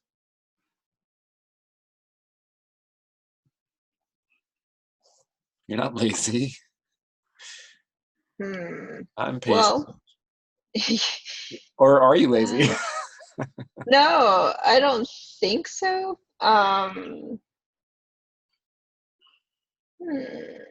If you lie, does that make you a liar? If you lie at all, right? You could take greedy, and then we could really be outlaws. Yeah. Cheating. Yeah. Covetous. Greedy. I am leaning towards a vice. Okay, cool. We just haven't seen that side of Mirren yet, but that's it gets to come out in the future, which is great. Right. Shucks. Well,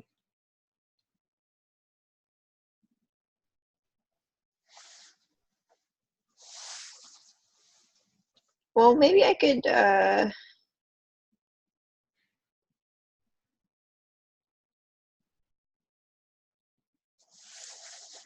So focused, respectful. Can I be a little bit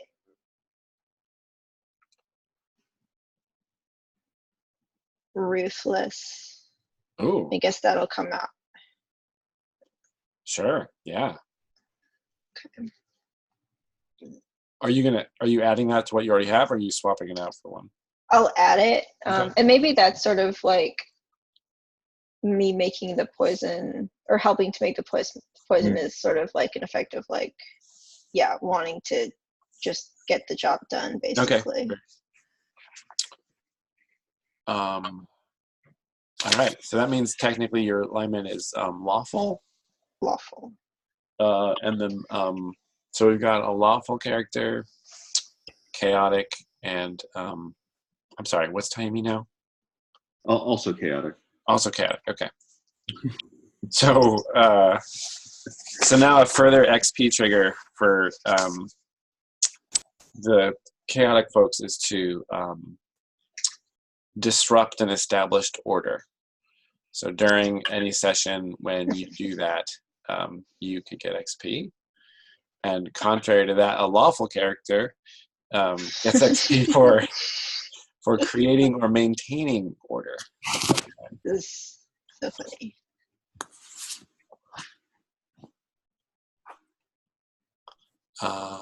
Okay. Scrolling down back to the end here.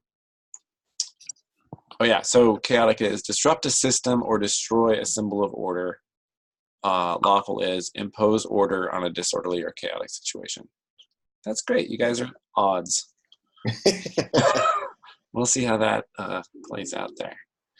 And then on the inside of your playbook, you would have, there's some sort of starting moves that you start with, and the only thing fighters have to do is decide what their favored weapon is to start. I assume Taimi's is a short bow. Yeah. Yep. I think I'm going to take the hatchet. You're going to take hatchet as your favorite weapon? Well, Yeah. she has one. Yep. She uses it in her work. And seeing as there's no other weapons in town, she wouldn't have had practice with anything besides maybe a staff or whatever. So big hatchet is fine. Okay, great. Well, oh yeah, I had thought about the idea of hand-to-hand combat. Yep. Ooh. Which could be really useful if you were in like a situation where it was, fist against fist or whatever. Yeah, or even, I mean, the thing about when you spend the fighter's resources called metal, and when you spend that to do stuff with your favorite weapon, it's anything you do with your favorite weapon. It's not like, so you could, just describing, depending on how you described what you did, you could do all kinds of stuff in a fight. You could disarm people. You could take their weapons from them. You know what I mean? Like, there's ways that you can work with that. I'm taking that. Okay. Is that legit hand to hand? Oh yeah, absolutely. Weapon. I could totally see. Think about Paiviki growing up as a cocaine person in this town and getting into fights as a kid, and then people going to respect her, and then occasionally maybe there's like public kind of competitive wrestling or something like that. Sure. Yeah. That's very cool. That's it. All right, cool. And as a thief, Muirin gets to choose an area of expertise. Mm-hmm. Any of those appeal to you? Poison? I do want to say poison. You do? Oh my god. Maybe that's what's hidden in that hole in your hut. Yeah, just... Turns out that Muirin's got some... a poison for this and a poison for that. Okay, I think we're done leveling up to level 1. I'm going to take, I think I'm going to take bold. Okay, great. Perfect. That's perfect.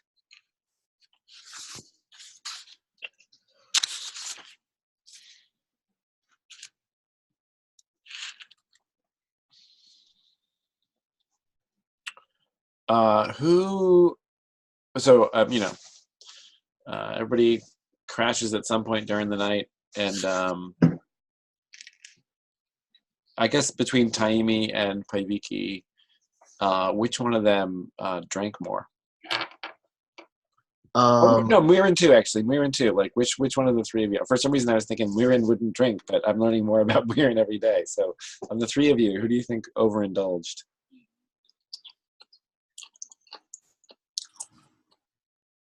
I think Taimi would be very, very in it. Okay. So I would throw Taimi's name out there. And where did Taimi end up? Maybe she doesn't even remember, but where did she end up collapsing, falling asleep, or falling unconscious, whatever?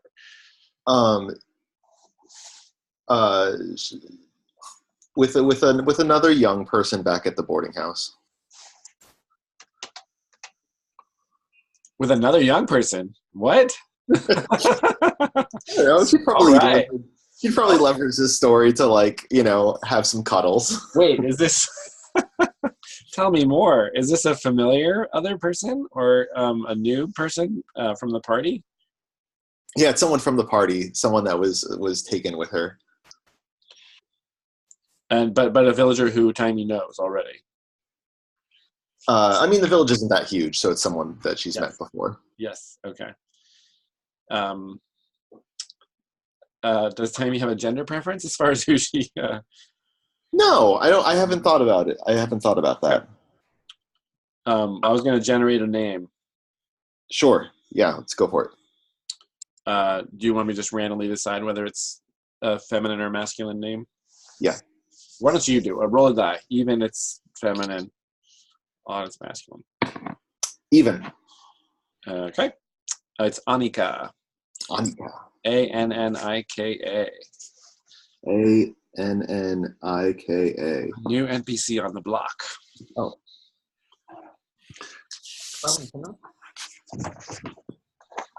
I think it's pretty cool that all of our characters ended up being female. Yeah, right. And that was all. Did anybody choose that, or was that randomly rolled at the beginning? I think didn't we randomly roll when we made the villages? Right. Mm-hmm.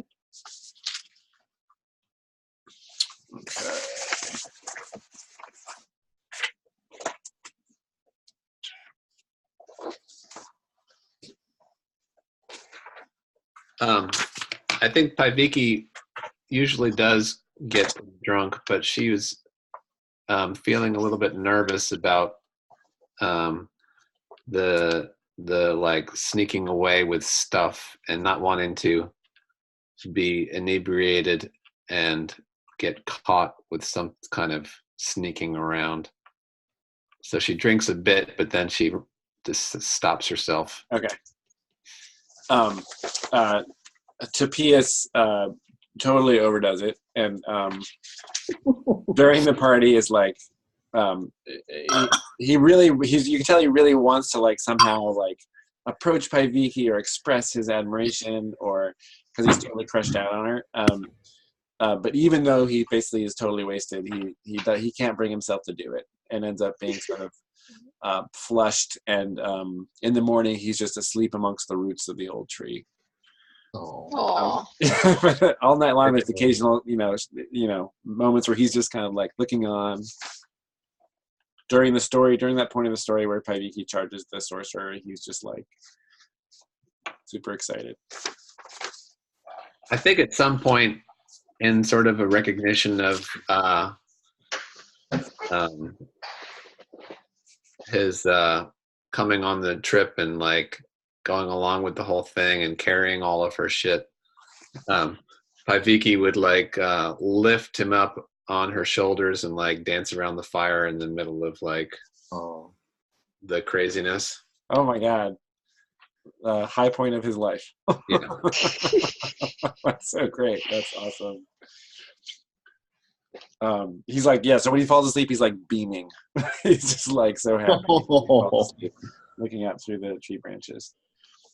John, will you quickly roll some percentile dice? I just want to get a quick read on Annika. Sure. 84. Want another one? Yeah, just one more time. 30. 30. Okay.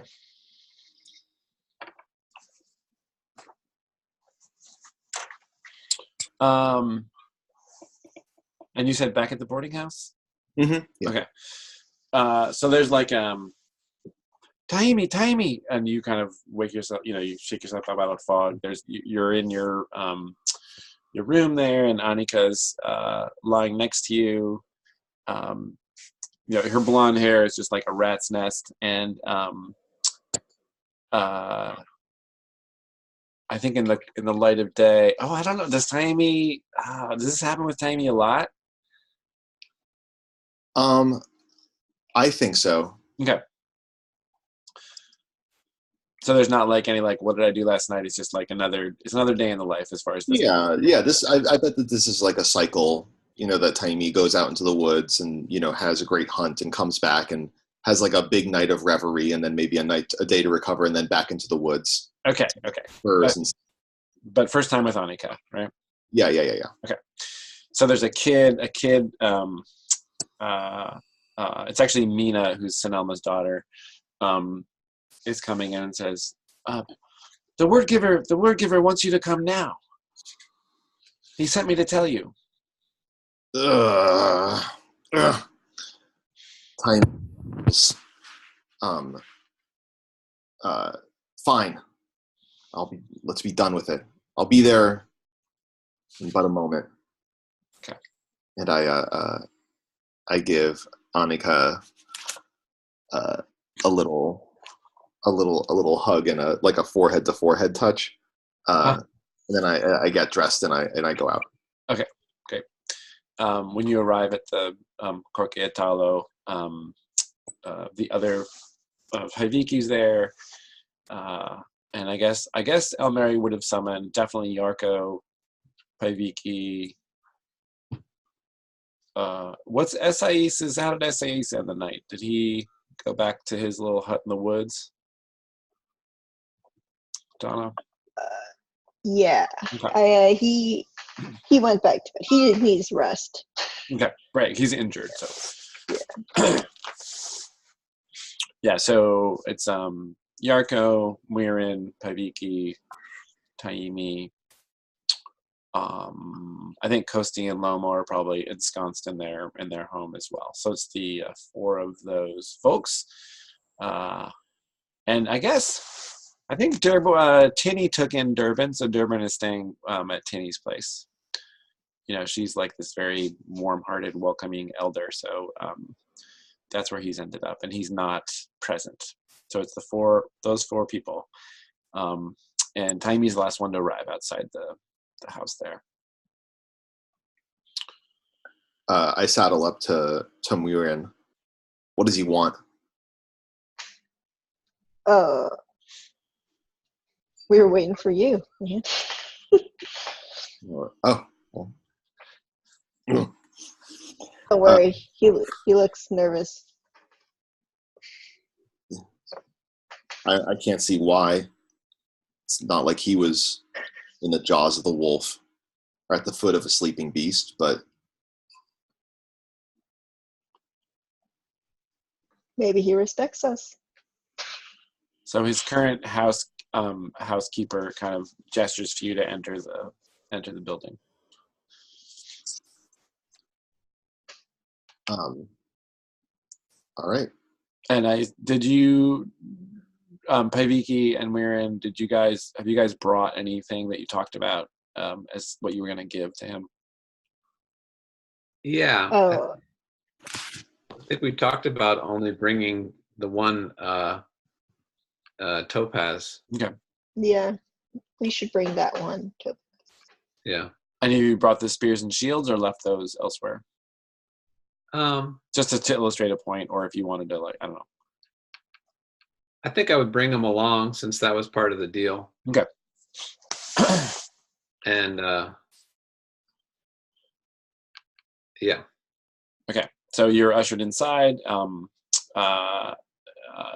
there's a smoky fire going, and the morning sunlight is kind of coming down through some holes in the roof, and he's sitting in his special Corkian word giver chair that he has there, in his little leather hat. There he is on the right. Kind of like twisting a beard in his fingers there, and he. I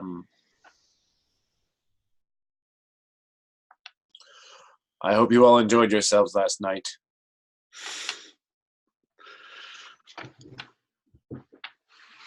I've heard that you had quite an adventure. And I would appreciate if we settled our agreement now. Well,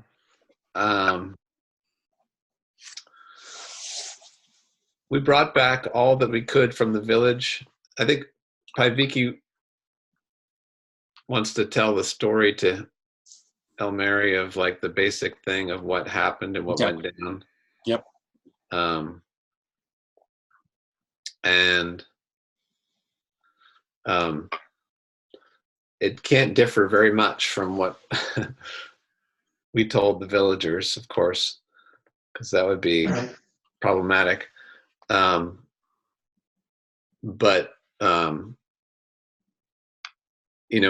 she goes into we brought back as much as we could of the green. What's the Vesaya, the green obsidian, and the goats, and we recovered. We went and did our mission and recovered our friends from the village. So all is well, except poor Yarko and Esais. Yes. So we bring the spears and shields back to you. But we did find this. And she takes out the topaz and holds it out.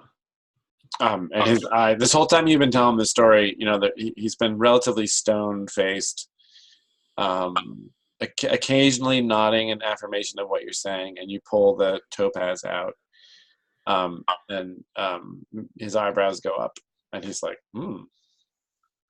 And she kind of holds it out to him, but then she's like, unfortunately, there's no way to divide this into thirds.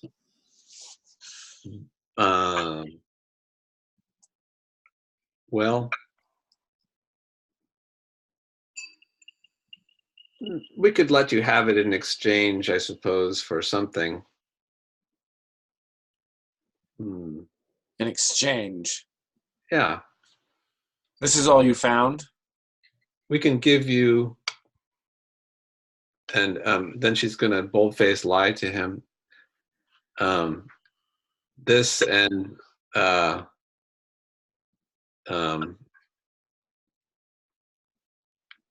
an old wolf who took Yarko's arm. We decided to leave its carcass because it was skinny and mangy. And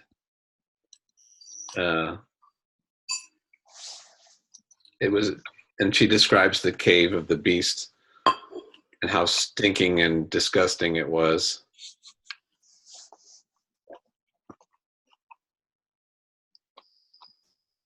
And basically tries to convince him that this is the...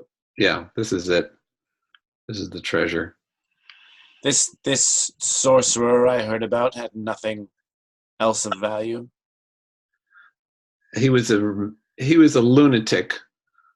All he had on him was his bare skins and his decrepit flesh. More of a monster than a human. And if I were to send word keepers to search your home, to search the boarding house, to search the elves, hut. If the wood keepers come and they go through your things, they will find nothing else. And then, what are you talking about? We bring you treasure. We rescue the villagers, and here you're accusing us. Where was this courage 2 days ago, Elmary? Where was this courage when we came to you and you were hiding in your house, afraid of the monster? The monster poses no threat, and now you have courage to threaten us? We've done everything you've asked. We've brought you back a stone of immeasurable value. The loss of the obsidian to our village will haunt us for years. Ugh. Oh, boy! Which one of you is going to make the roll? Because I feel like you're totally one of you is helping the other for sure. But it's like a good cop, bad cop thing almost. Well, I chimed in at the end, so I feel like that I'm helping. Okay, great. And Paiviki, I think. Oh, interesting. Were you trying to appeal to his sense of reason, or trying to charm or deceive him? Deceive. Deceive. Okay, so that's charisma. And you get taken it. So Paiviki's charisma is 16, right? Yeah. So that's +2, and then +1 for Taimi's help there. All right. That's the only reason that I felt confident lying to his face, is I knew that she was good at it. See how this goes. I rolled an 8 +3, so that's 11. Yeah. Okay. He's during Paiviki's explanation or convincing argument there, he kind of like sat back in his chair a little bit, and then when Taimi stepped in there, he actually looks a little sheepish. And then when you're done, he tries to kind of recover his composure and pretend that he is some kind of authority, and says, "What then in exchange for this gem?" And Paiviki looks kind of around the room to see if he has any other good stuff. Ooh. Didn't he have some weapons and stuff? Yeah. Besides the spear? It's mostly spears. And let's see here. Interesting. We got 2 spears and a shield. Is that what we got? 2 shields and 2 spears, I think. Yeah. Is there any armor or anything like that? Why don't you get lucky to see if there is?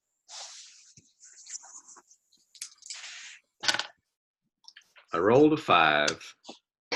And no modifier there? Nope. Yeah, so this is like the Croquiatello is a dirt-floored building. He's got a sleeping pallet, behind a screen in the corner. Those spears and shields were the most kind of obviously precious. Maybe he has some hidden wealth somewhere, but in this room, those items were the most valuable. Well, damn. Is there any way that we can know the value of those things? The spears in the shield. Oh, no. There's actually no way unless.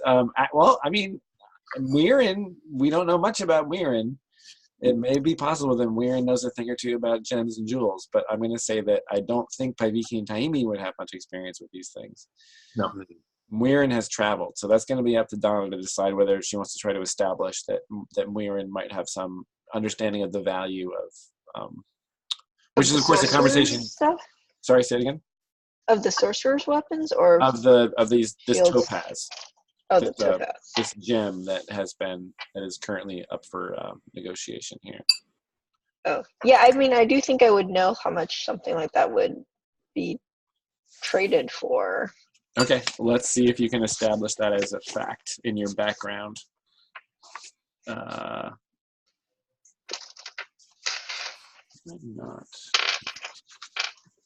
Okay.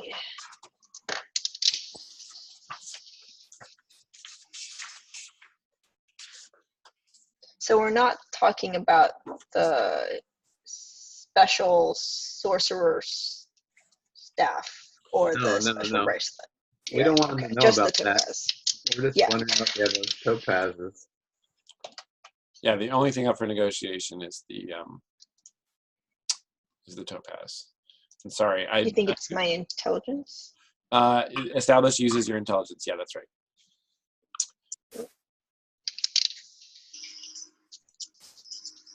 Yes. You know it's worth a lot.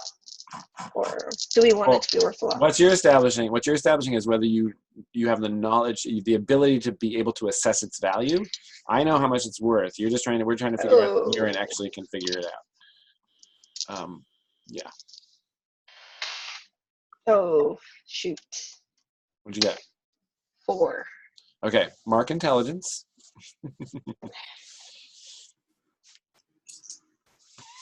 And I make a move.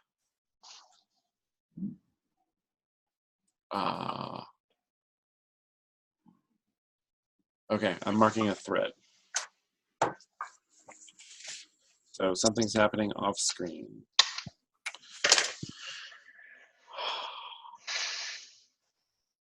It's actually at that moment where it's actually not off screen because this thread I just marked was the third. I marked the third box on this thread, so this thread happens. There is a shout from outside, and the housekeeper comes in and says to Elmary, Master, the word keepers have arrived. And he gets up, Elmary gets up and goes outside, and he says, we'll see. Now things will change. Oh, God. That's awful. So you guys go outside with him? Mm-hmm. And I have to find... Didn't expect this to happen, but I do actually have a picture of the word keepers.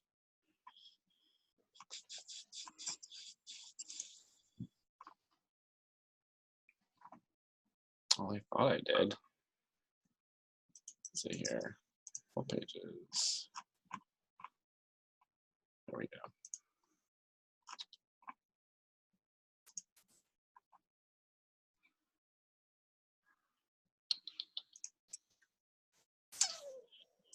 Okay, this is not as convenient. It's not integrated into the PDF, but you go outside, and this is the.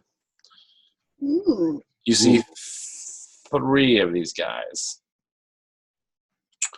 and they are on foot. They have marched from the capital. Horses are or mounts in general are relatively rare. And you have, okay, there was a time, as I mentioned before, that mountain village, a Corkine force went there to try to capture a trader who had retreated there. So there was one other time when word keepers came through Rauna. And the level, like nobody here's had ever seen a crossbow before, right? This whole different kind of bow. I mean, Taimi immediately understood what it was, even though she's only got a 6 intelligence, but Taimi totally got it and knew how it worked. But so in addition to that, they've got steel swords, which is like pretty exotic. And then, but I think the most dramatic thing, the thing that makes them seem so threatening and invincible is the armor that they're wearing. Chainmail, and then some kind of toughened leather with metal studs in it. Mm-hmm. I mean, occasionally you might see some kind of like home woodsy version of that, like leather armor with some kind of reinforcement in it. But this is, 3 people outfitted like this is like unheard of. Okay. So it is imposing for us to see. Yes. I mean, I don't know, maybe Taimi's just like, whatever, I could put an arrow through that guy's face. But in terms of the sort of what's on display, you get to decide how your character reacts. But the villagers are like, would not even think about messing with somebody like this, right? Like, it's just, they're way too intimidating. Yeah. So these 3. Did you say 3? There's 3 of them. Okay. They arrive, and by his word, I welcome you, says Elmeri. And the word keepers each take a knee briefly. They each sort of take a knee and then stand up. And you can immediately tell that there's a sense of they are beholden to the word giver. Like they're, in theory, the kind of, he has authority over them. But it's one of these situations where the commanding officer in this case is like, you can tell they don't respect him. Sure. He's just a grasslander. He's not Corcane. But their duty is to actually do what he says. So they kind of go through the motions of acknowledging him like they're supposed to formally, but you can just tell from the body language and the way they're looking at him that they're just like, this is our life now. Are they Corcane? Yes, they are. It's 2 men and a woman. And Elmeri says, your arrival could not be more timely. And he's a little more, he's like kind of excited. Yeah. And he turns to you and he says, to the three of you, and he says, you will take these word keepers to your homes and they will search to make sure that you have produced everything that you found.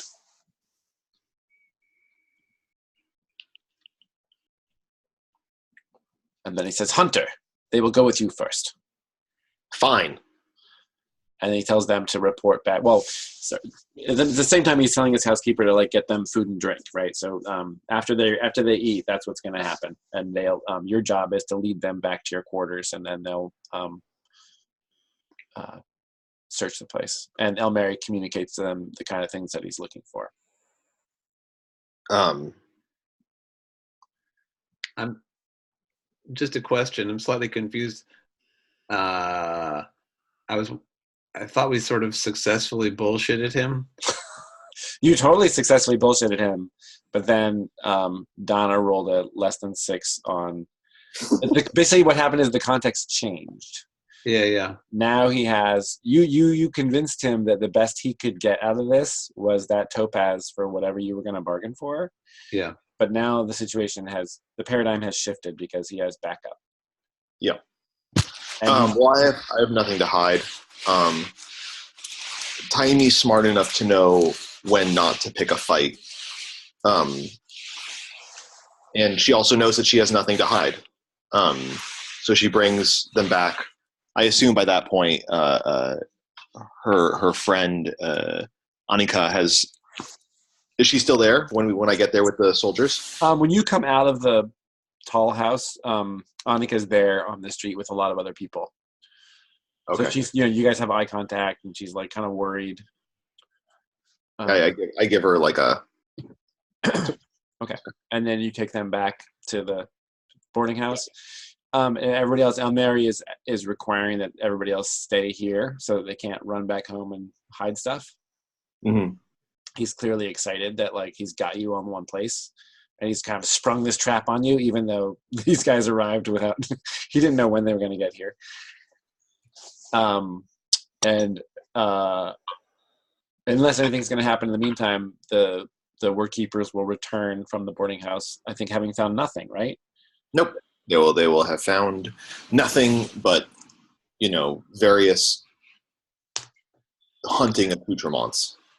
And where did you put the ceramic thing and the little acorn deal? Well, because we had that retconned conversation. Yeah.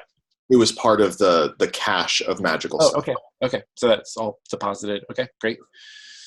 And then they are going to go with Paiviki to wherever Paiviki's. Well, I guess the next thing they do is they search Yarko's place. They search his little sheriff's office. And they don't find anything there either, right? And then Paiviki's place would be the next place. And Paiviki still has that that bracelet of coldness or whatever it was that was cold all the time. Yep. And I'm trying to think of what she would do with it.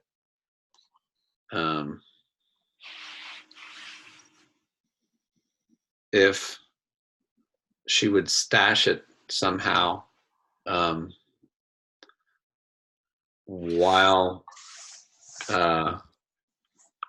being escorted or something like that.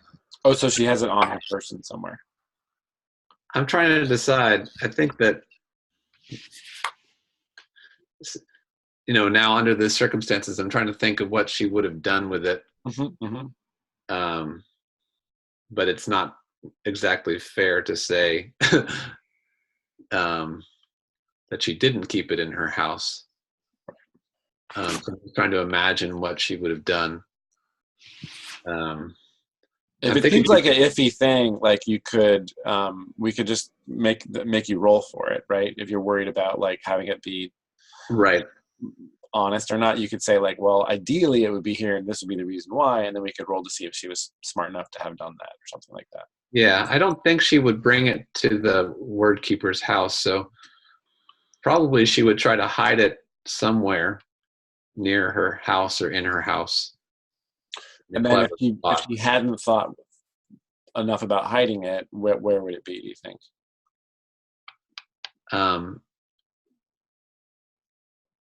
Or would that be actually, that would be sort of the default?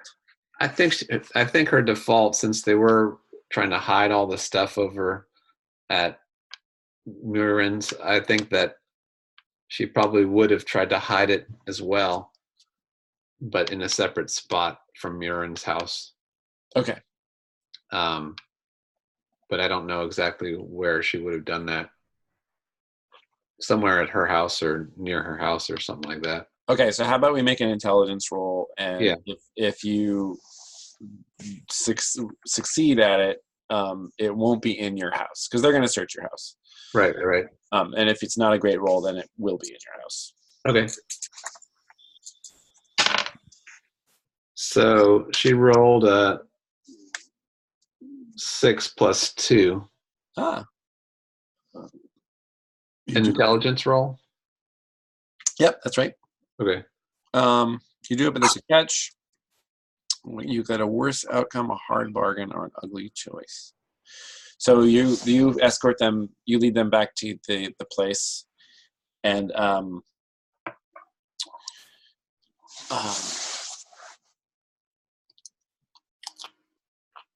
you get there, and it's actually not. So it's in your house, and you know where it's hidden. So why don't you tell me where it would be hidden if it was inside your house? And they are going to find it, but where is it that they would find it?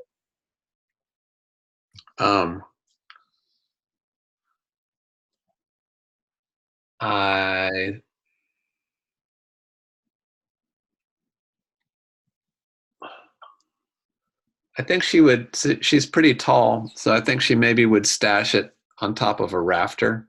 Okay, great.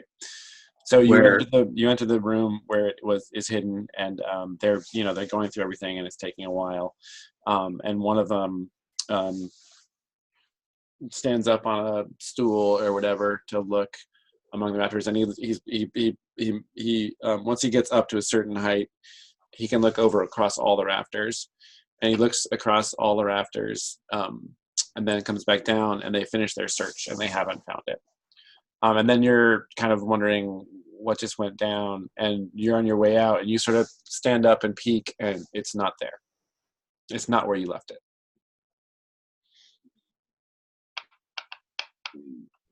So the bracelet has gone missing. Got it. Those damn housemates. And then Weirin. So they return to the Croquet Talo, and then you are forced to lead them to your home. Can I make a challenge to Elmeri before we do this? Yeah. And Paiviki says,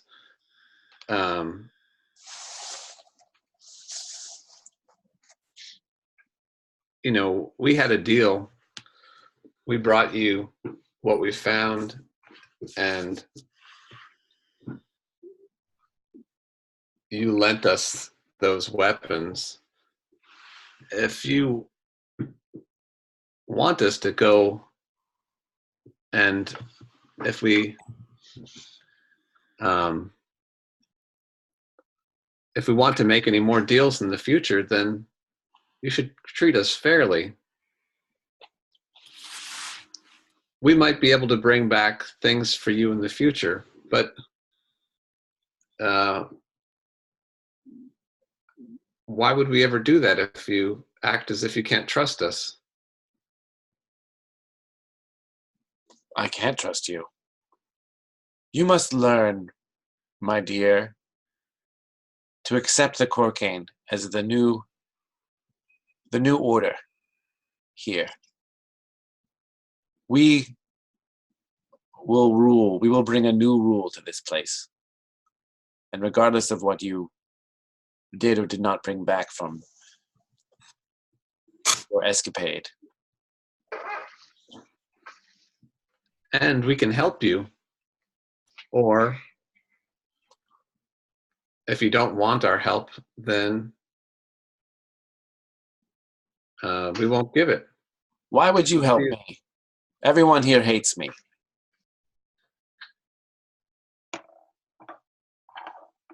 Well, then prove yourself not to be worthy of their hate. Ooh. We're the village. We're the champions. We've come back. We've rescued the village. Show how generous you can be. Oh, man. Okay, I'll let you roll. Now, the outcome of this roll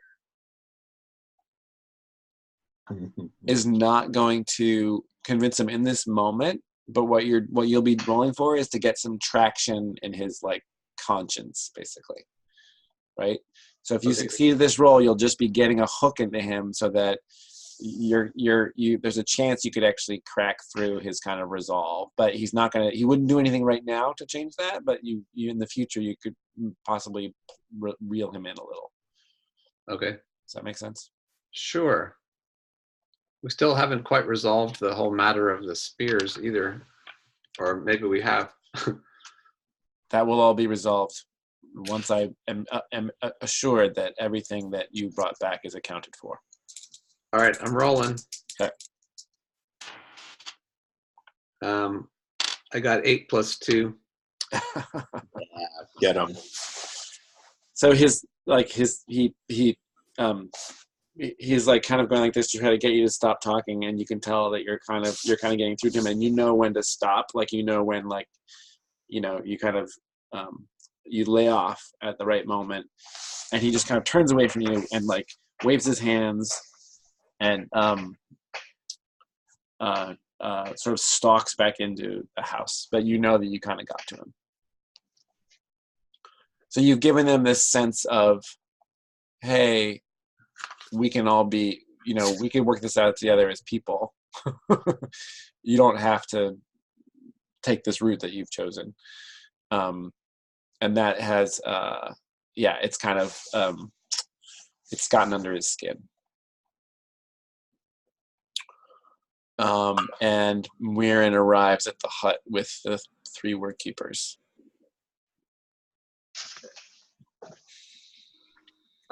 So I'm alone with the 3. Yes.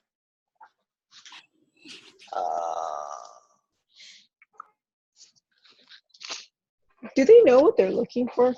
They're They just don't. looking They do for not anything. know. They're just searching, yeah.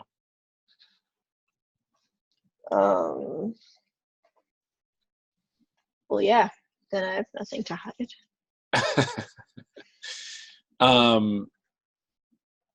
Is there anything you've done or that you want to establish about the way that you've concealed the hole underneath the rug? Like right now, so far we know there's a hole and there's like a wooden lid on the hole, right? And then a rug on top Right. of that.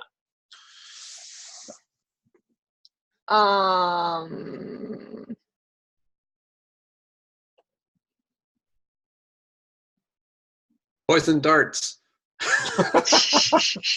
Ooh, jeez. I wasn't even thinking about that, but that's certainly possible. I'm just joking.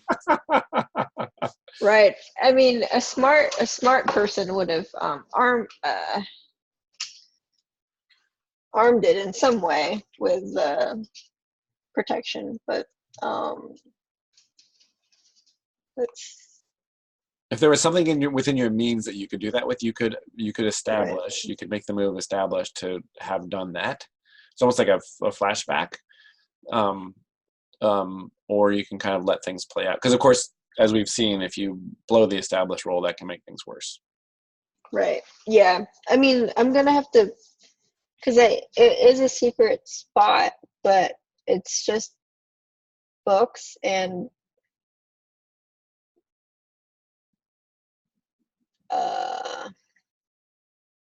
maybe they don't know what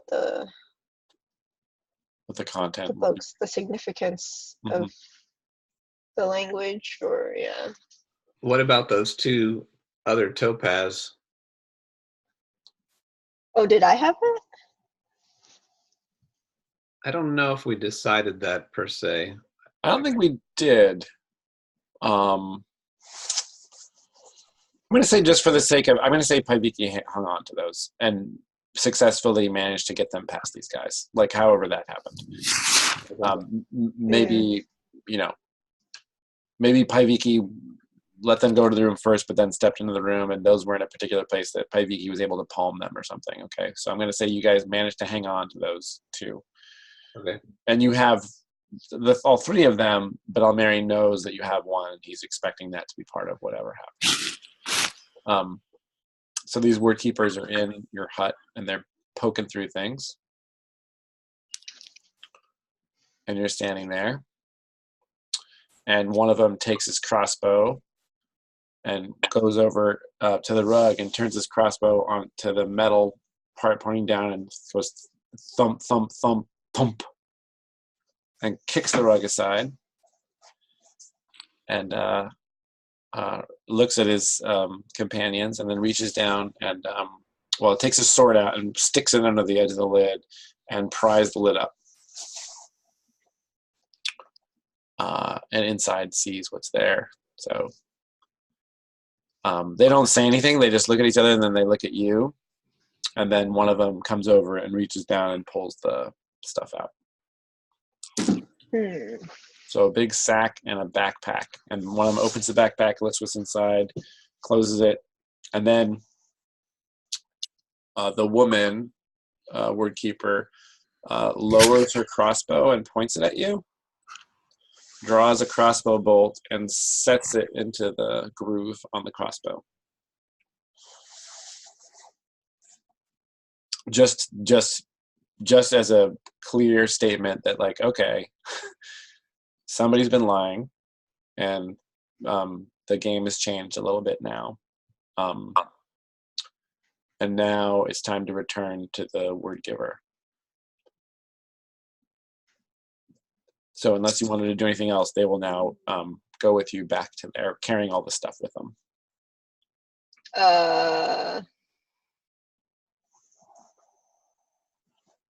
Can I point out,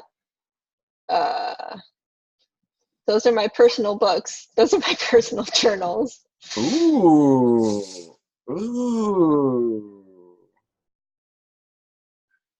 So they stop. What do you mean?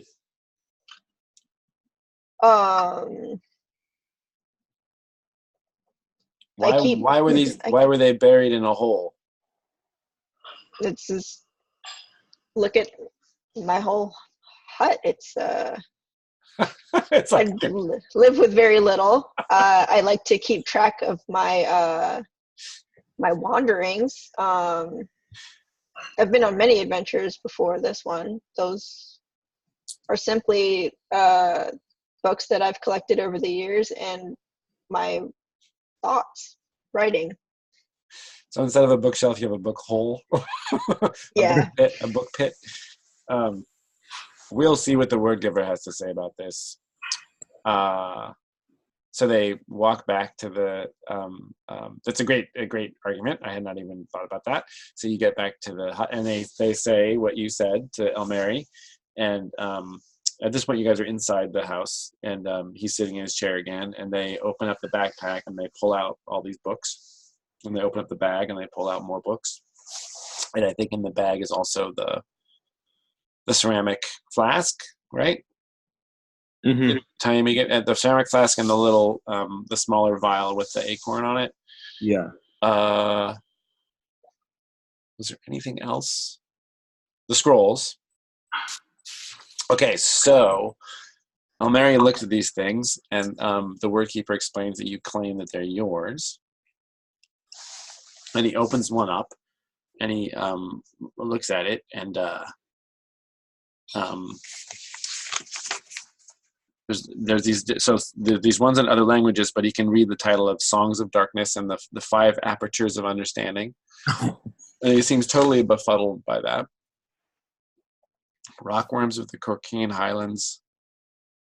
What are these languages? What is this? What is this strange writing? I don't recognize this. You must not be very well traveled. This is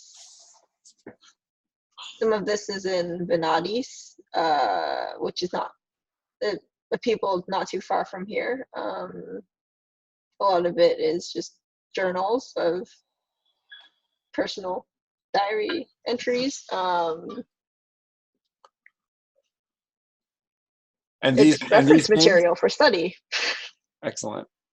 And these, and he points to the flask and the vial. Some elven paraphernalia. Mm-hmm. Yes, I brought those. They were gifts from old friends. I carry it with me. They're not worth anything but my own sentimentality.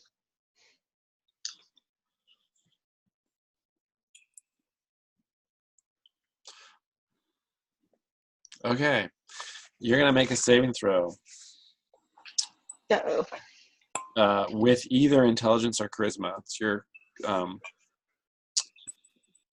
Okay. your call. How are your modifiers in those? 0.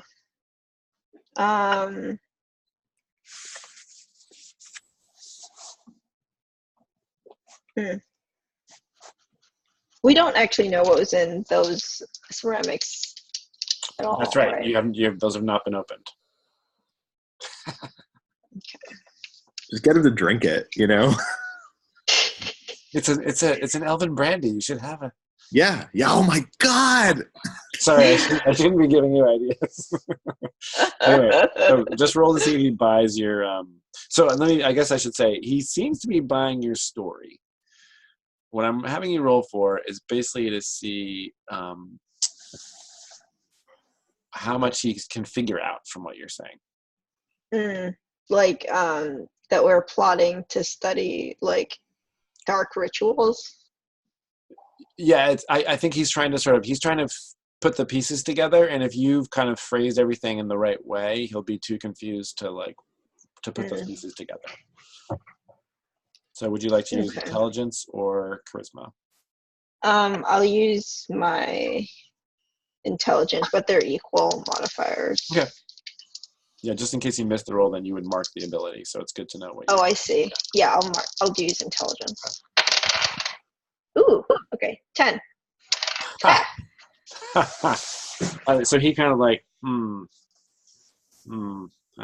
kind of like paused through it a little bit, sees like some drawings, looks at these old books, smells them, puts it back, looks at the vial and the ceramic thing, and seems really disappointed. And he says, very well, very well. You may keep your strange elven effects. So all you brought back from your travels was this one gemstone. This beast had not amassed the treasure that I expected it to have.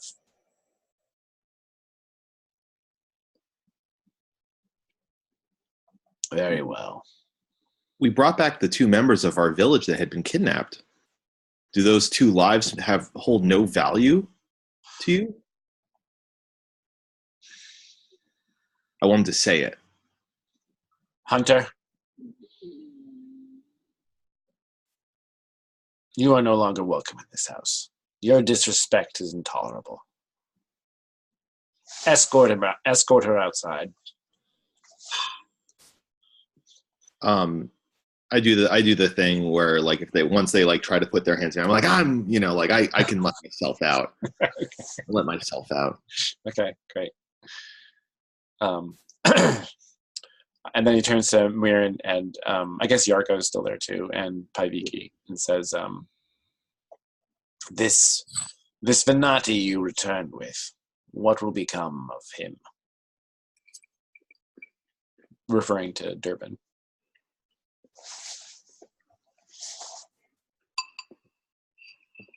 We were talking about bringing him home. Oh. You would leave again.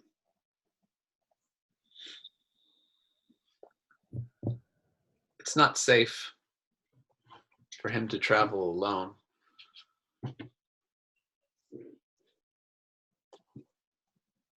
Where does he come from? Somewhere to the south. We've never been. So you and your companions would go away? Well, perhaps. We need to recover, though. I'm going to look like a little bit like, ugh. Yes, of course. Got like bandages on my head and. Well, congratulations on your accomplishment. I wish you much rest and recovery. Thank you. And know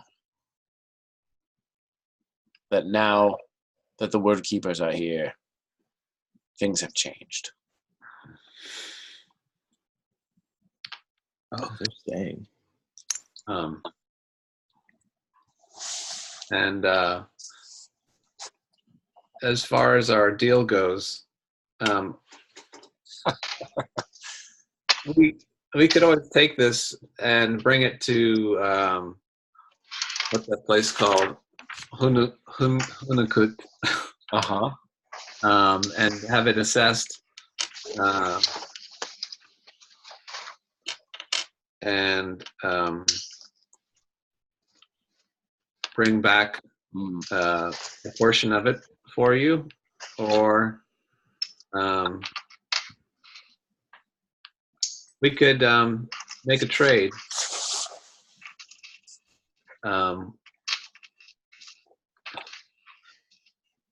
Does Taini want a spear and a shield anyway? No. She doesn't want that.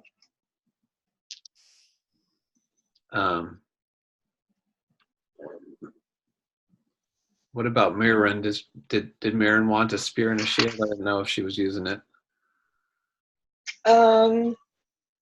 She did use the spear. Yeah. She'd use it. She'd use a spear probably. Yeah. So Paviki says, I suppose we can make a trade for these. She kind of points to the spear and the shield sitting on the ground. Spears and shields. So those for this, and he reaches out for the topaz. So take a look at it. She hands it to him. He holds up to the light. Yes. Take them. All right. The word keepers are here now. they carry much greater weapons.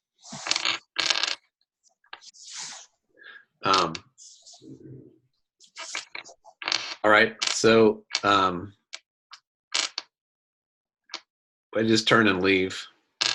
Yeah. So I guess Paiviki will keep a shield and a spear. Okay.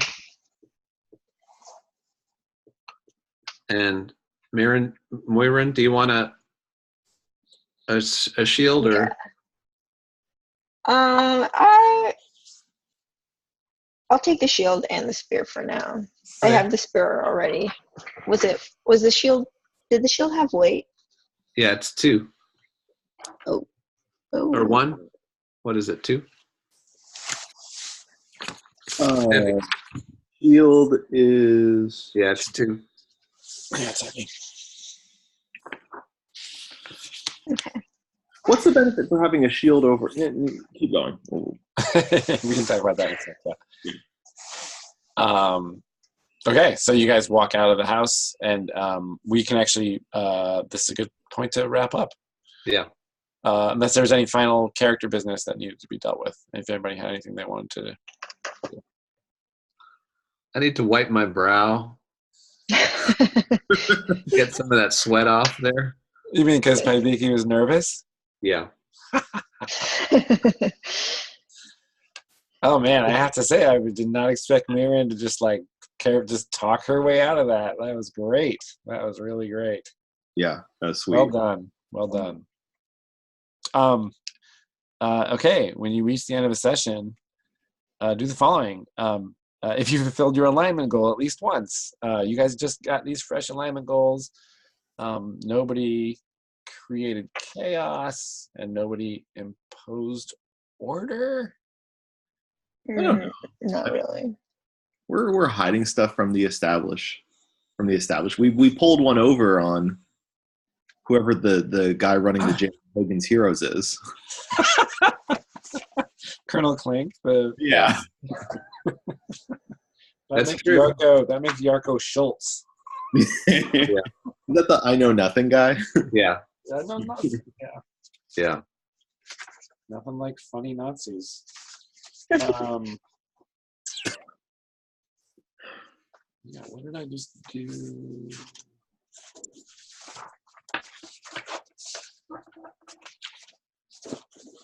Okay.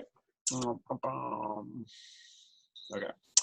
So chaotic is disrupt a system or destroy a symbol of order. So subterfuge and that sort of behind the scenes trickery doesn't really fit the bill.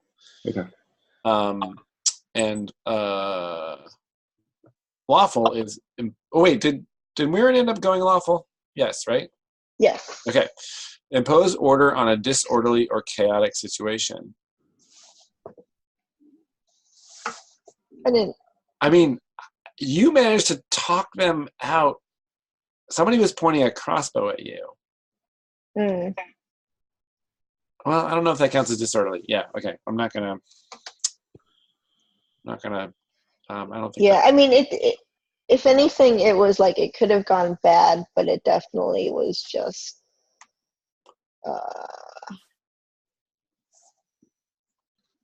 Diffused in a way that sort of makes it, yeah. So this is actually what's okay. So if you're a fighter, mark XP if you solve the problem with physical force. That didn't really happen for the fighters, but for a thief, mark XP if you solve the problem with stealth or trickery. So our newborn thief definitely solved that problem with trickery. So Mirren gets an XP. They were lies. Yeah. For lying. Dun, dun, dun, dun, dun. Okay, and then did you make an exciting discovery as a group? Back home. According to our traits. What's that?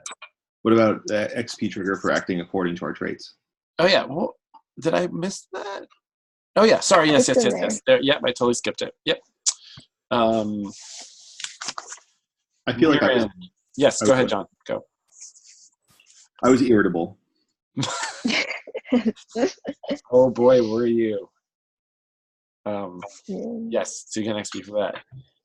Mirren was focused, respectful, and what was the new one you chose? I chose ruthless. I was definitely respectful.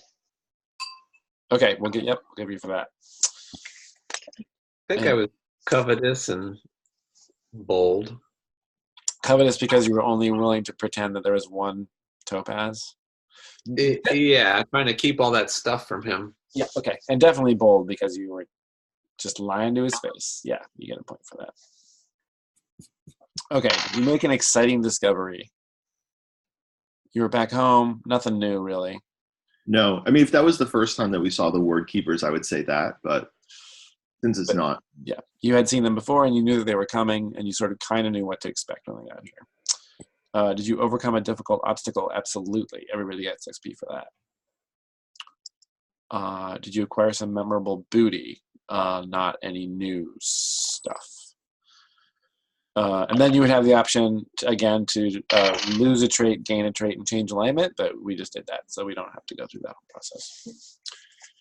All right. Everybody's a little closer to level 2. Yeah. John, what was your question about shields? Oh, why would you ever take a shield when you could take a buckler? They both provide +1 armor. The buckler has the small tag. Yeah. So I don't know how that would affect. It's a fiction thing, and it would all depend. So a buckler is something it actually can be used to like block arrows, right? Because it's really small and really mobile. But you'd have a really hard time blocking bigger weapons at close range. So mechanically, you're right. Mechanically, there's no difference. It all comes down to the fiction. Sure. So yeah, are you saying the +1 armor bonus wouldn't apply to like swords? To like it might be depending on the situation. So a shield, it's so much bigger. What we do is we imagine that situation. Somebody's coming at you with a sword, and like Paiviki described, charging the sorcerer with the shield in front of her to like try to knock him down with the spear like that. With the buckler, it's just this little thing. So depending on what you're up against, it may or may not protect you well. The same way that regardless of whether it's a buckler or shield, if somebody attacks you from behind, that's not going to do any good. You don't get to use your shield armor if somebody comes at you from behind. So we come down to like, somebody's coming at you, like for instance, if there was a hand-to-hand fighter, they'd have a much easier time grabbing your buckler and pushing it away to stab you than grabbing your shield and pushing it away. So it's more flexible, it's lighter. It is kind of a weird fuzzy area though. So like definitely when you look at those stats in the marketplace, buckler seems like the one to go with. Yeah. Didn't I read something about something being small, maybe only being able to defend against one attack as opposed to multiple attacks? Is that in there? That was one way that I interpreted it. If you have one guy fighting you, you can keep track of it with a buckler. But if there's like a whole bunch of people coming at you, then you want to have a regular shield. Yeah, in the terminology thing, it says cannot protect against all attacks, which is, kind of a vague way to summarize what I'm describing. But that would be that's a great example. If you have multiple people coming at you, then that buckler may be harder to use to fend them off. Certainly. Oh, Jason, did we get all a point of luck back from leveling up? You got to level 1. Yeah. You regain 1 point of burned luck. Let's go. I don't think that is in my. I need to add that to the funnel rules there. Thank you for pointing that out.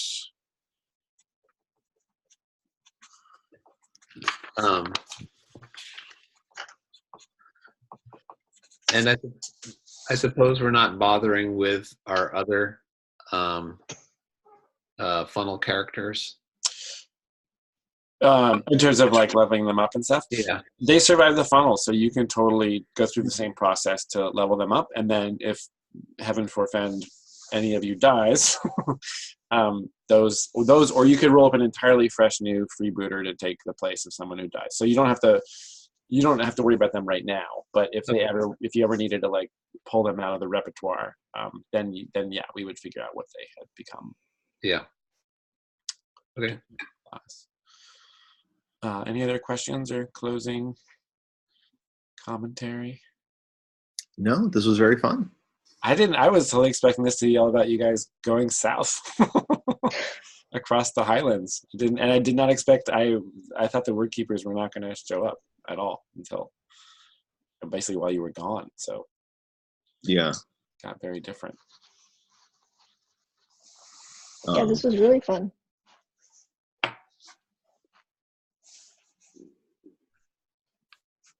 Okay, well, good to see you all. Yeah. Thank you so much. Hey, Yeah. good to see you. I'll So see you next- next time. Is it next week? Next Is week, that- I believe. okay, awesome. I'll send out a reminder too. Okay. Have a good night. Bye. Bye.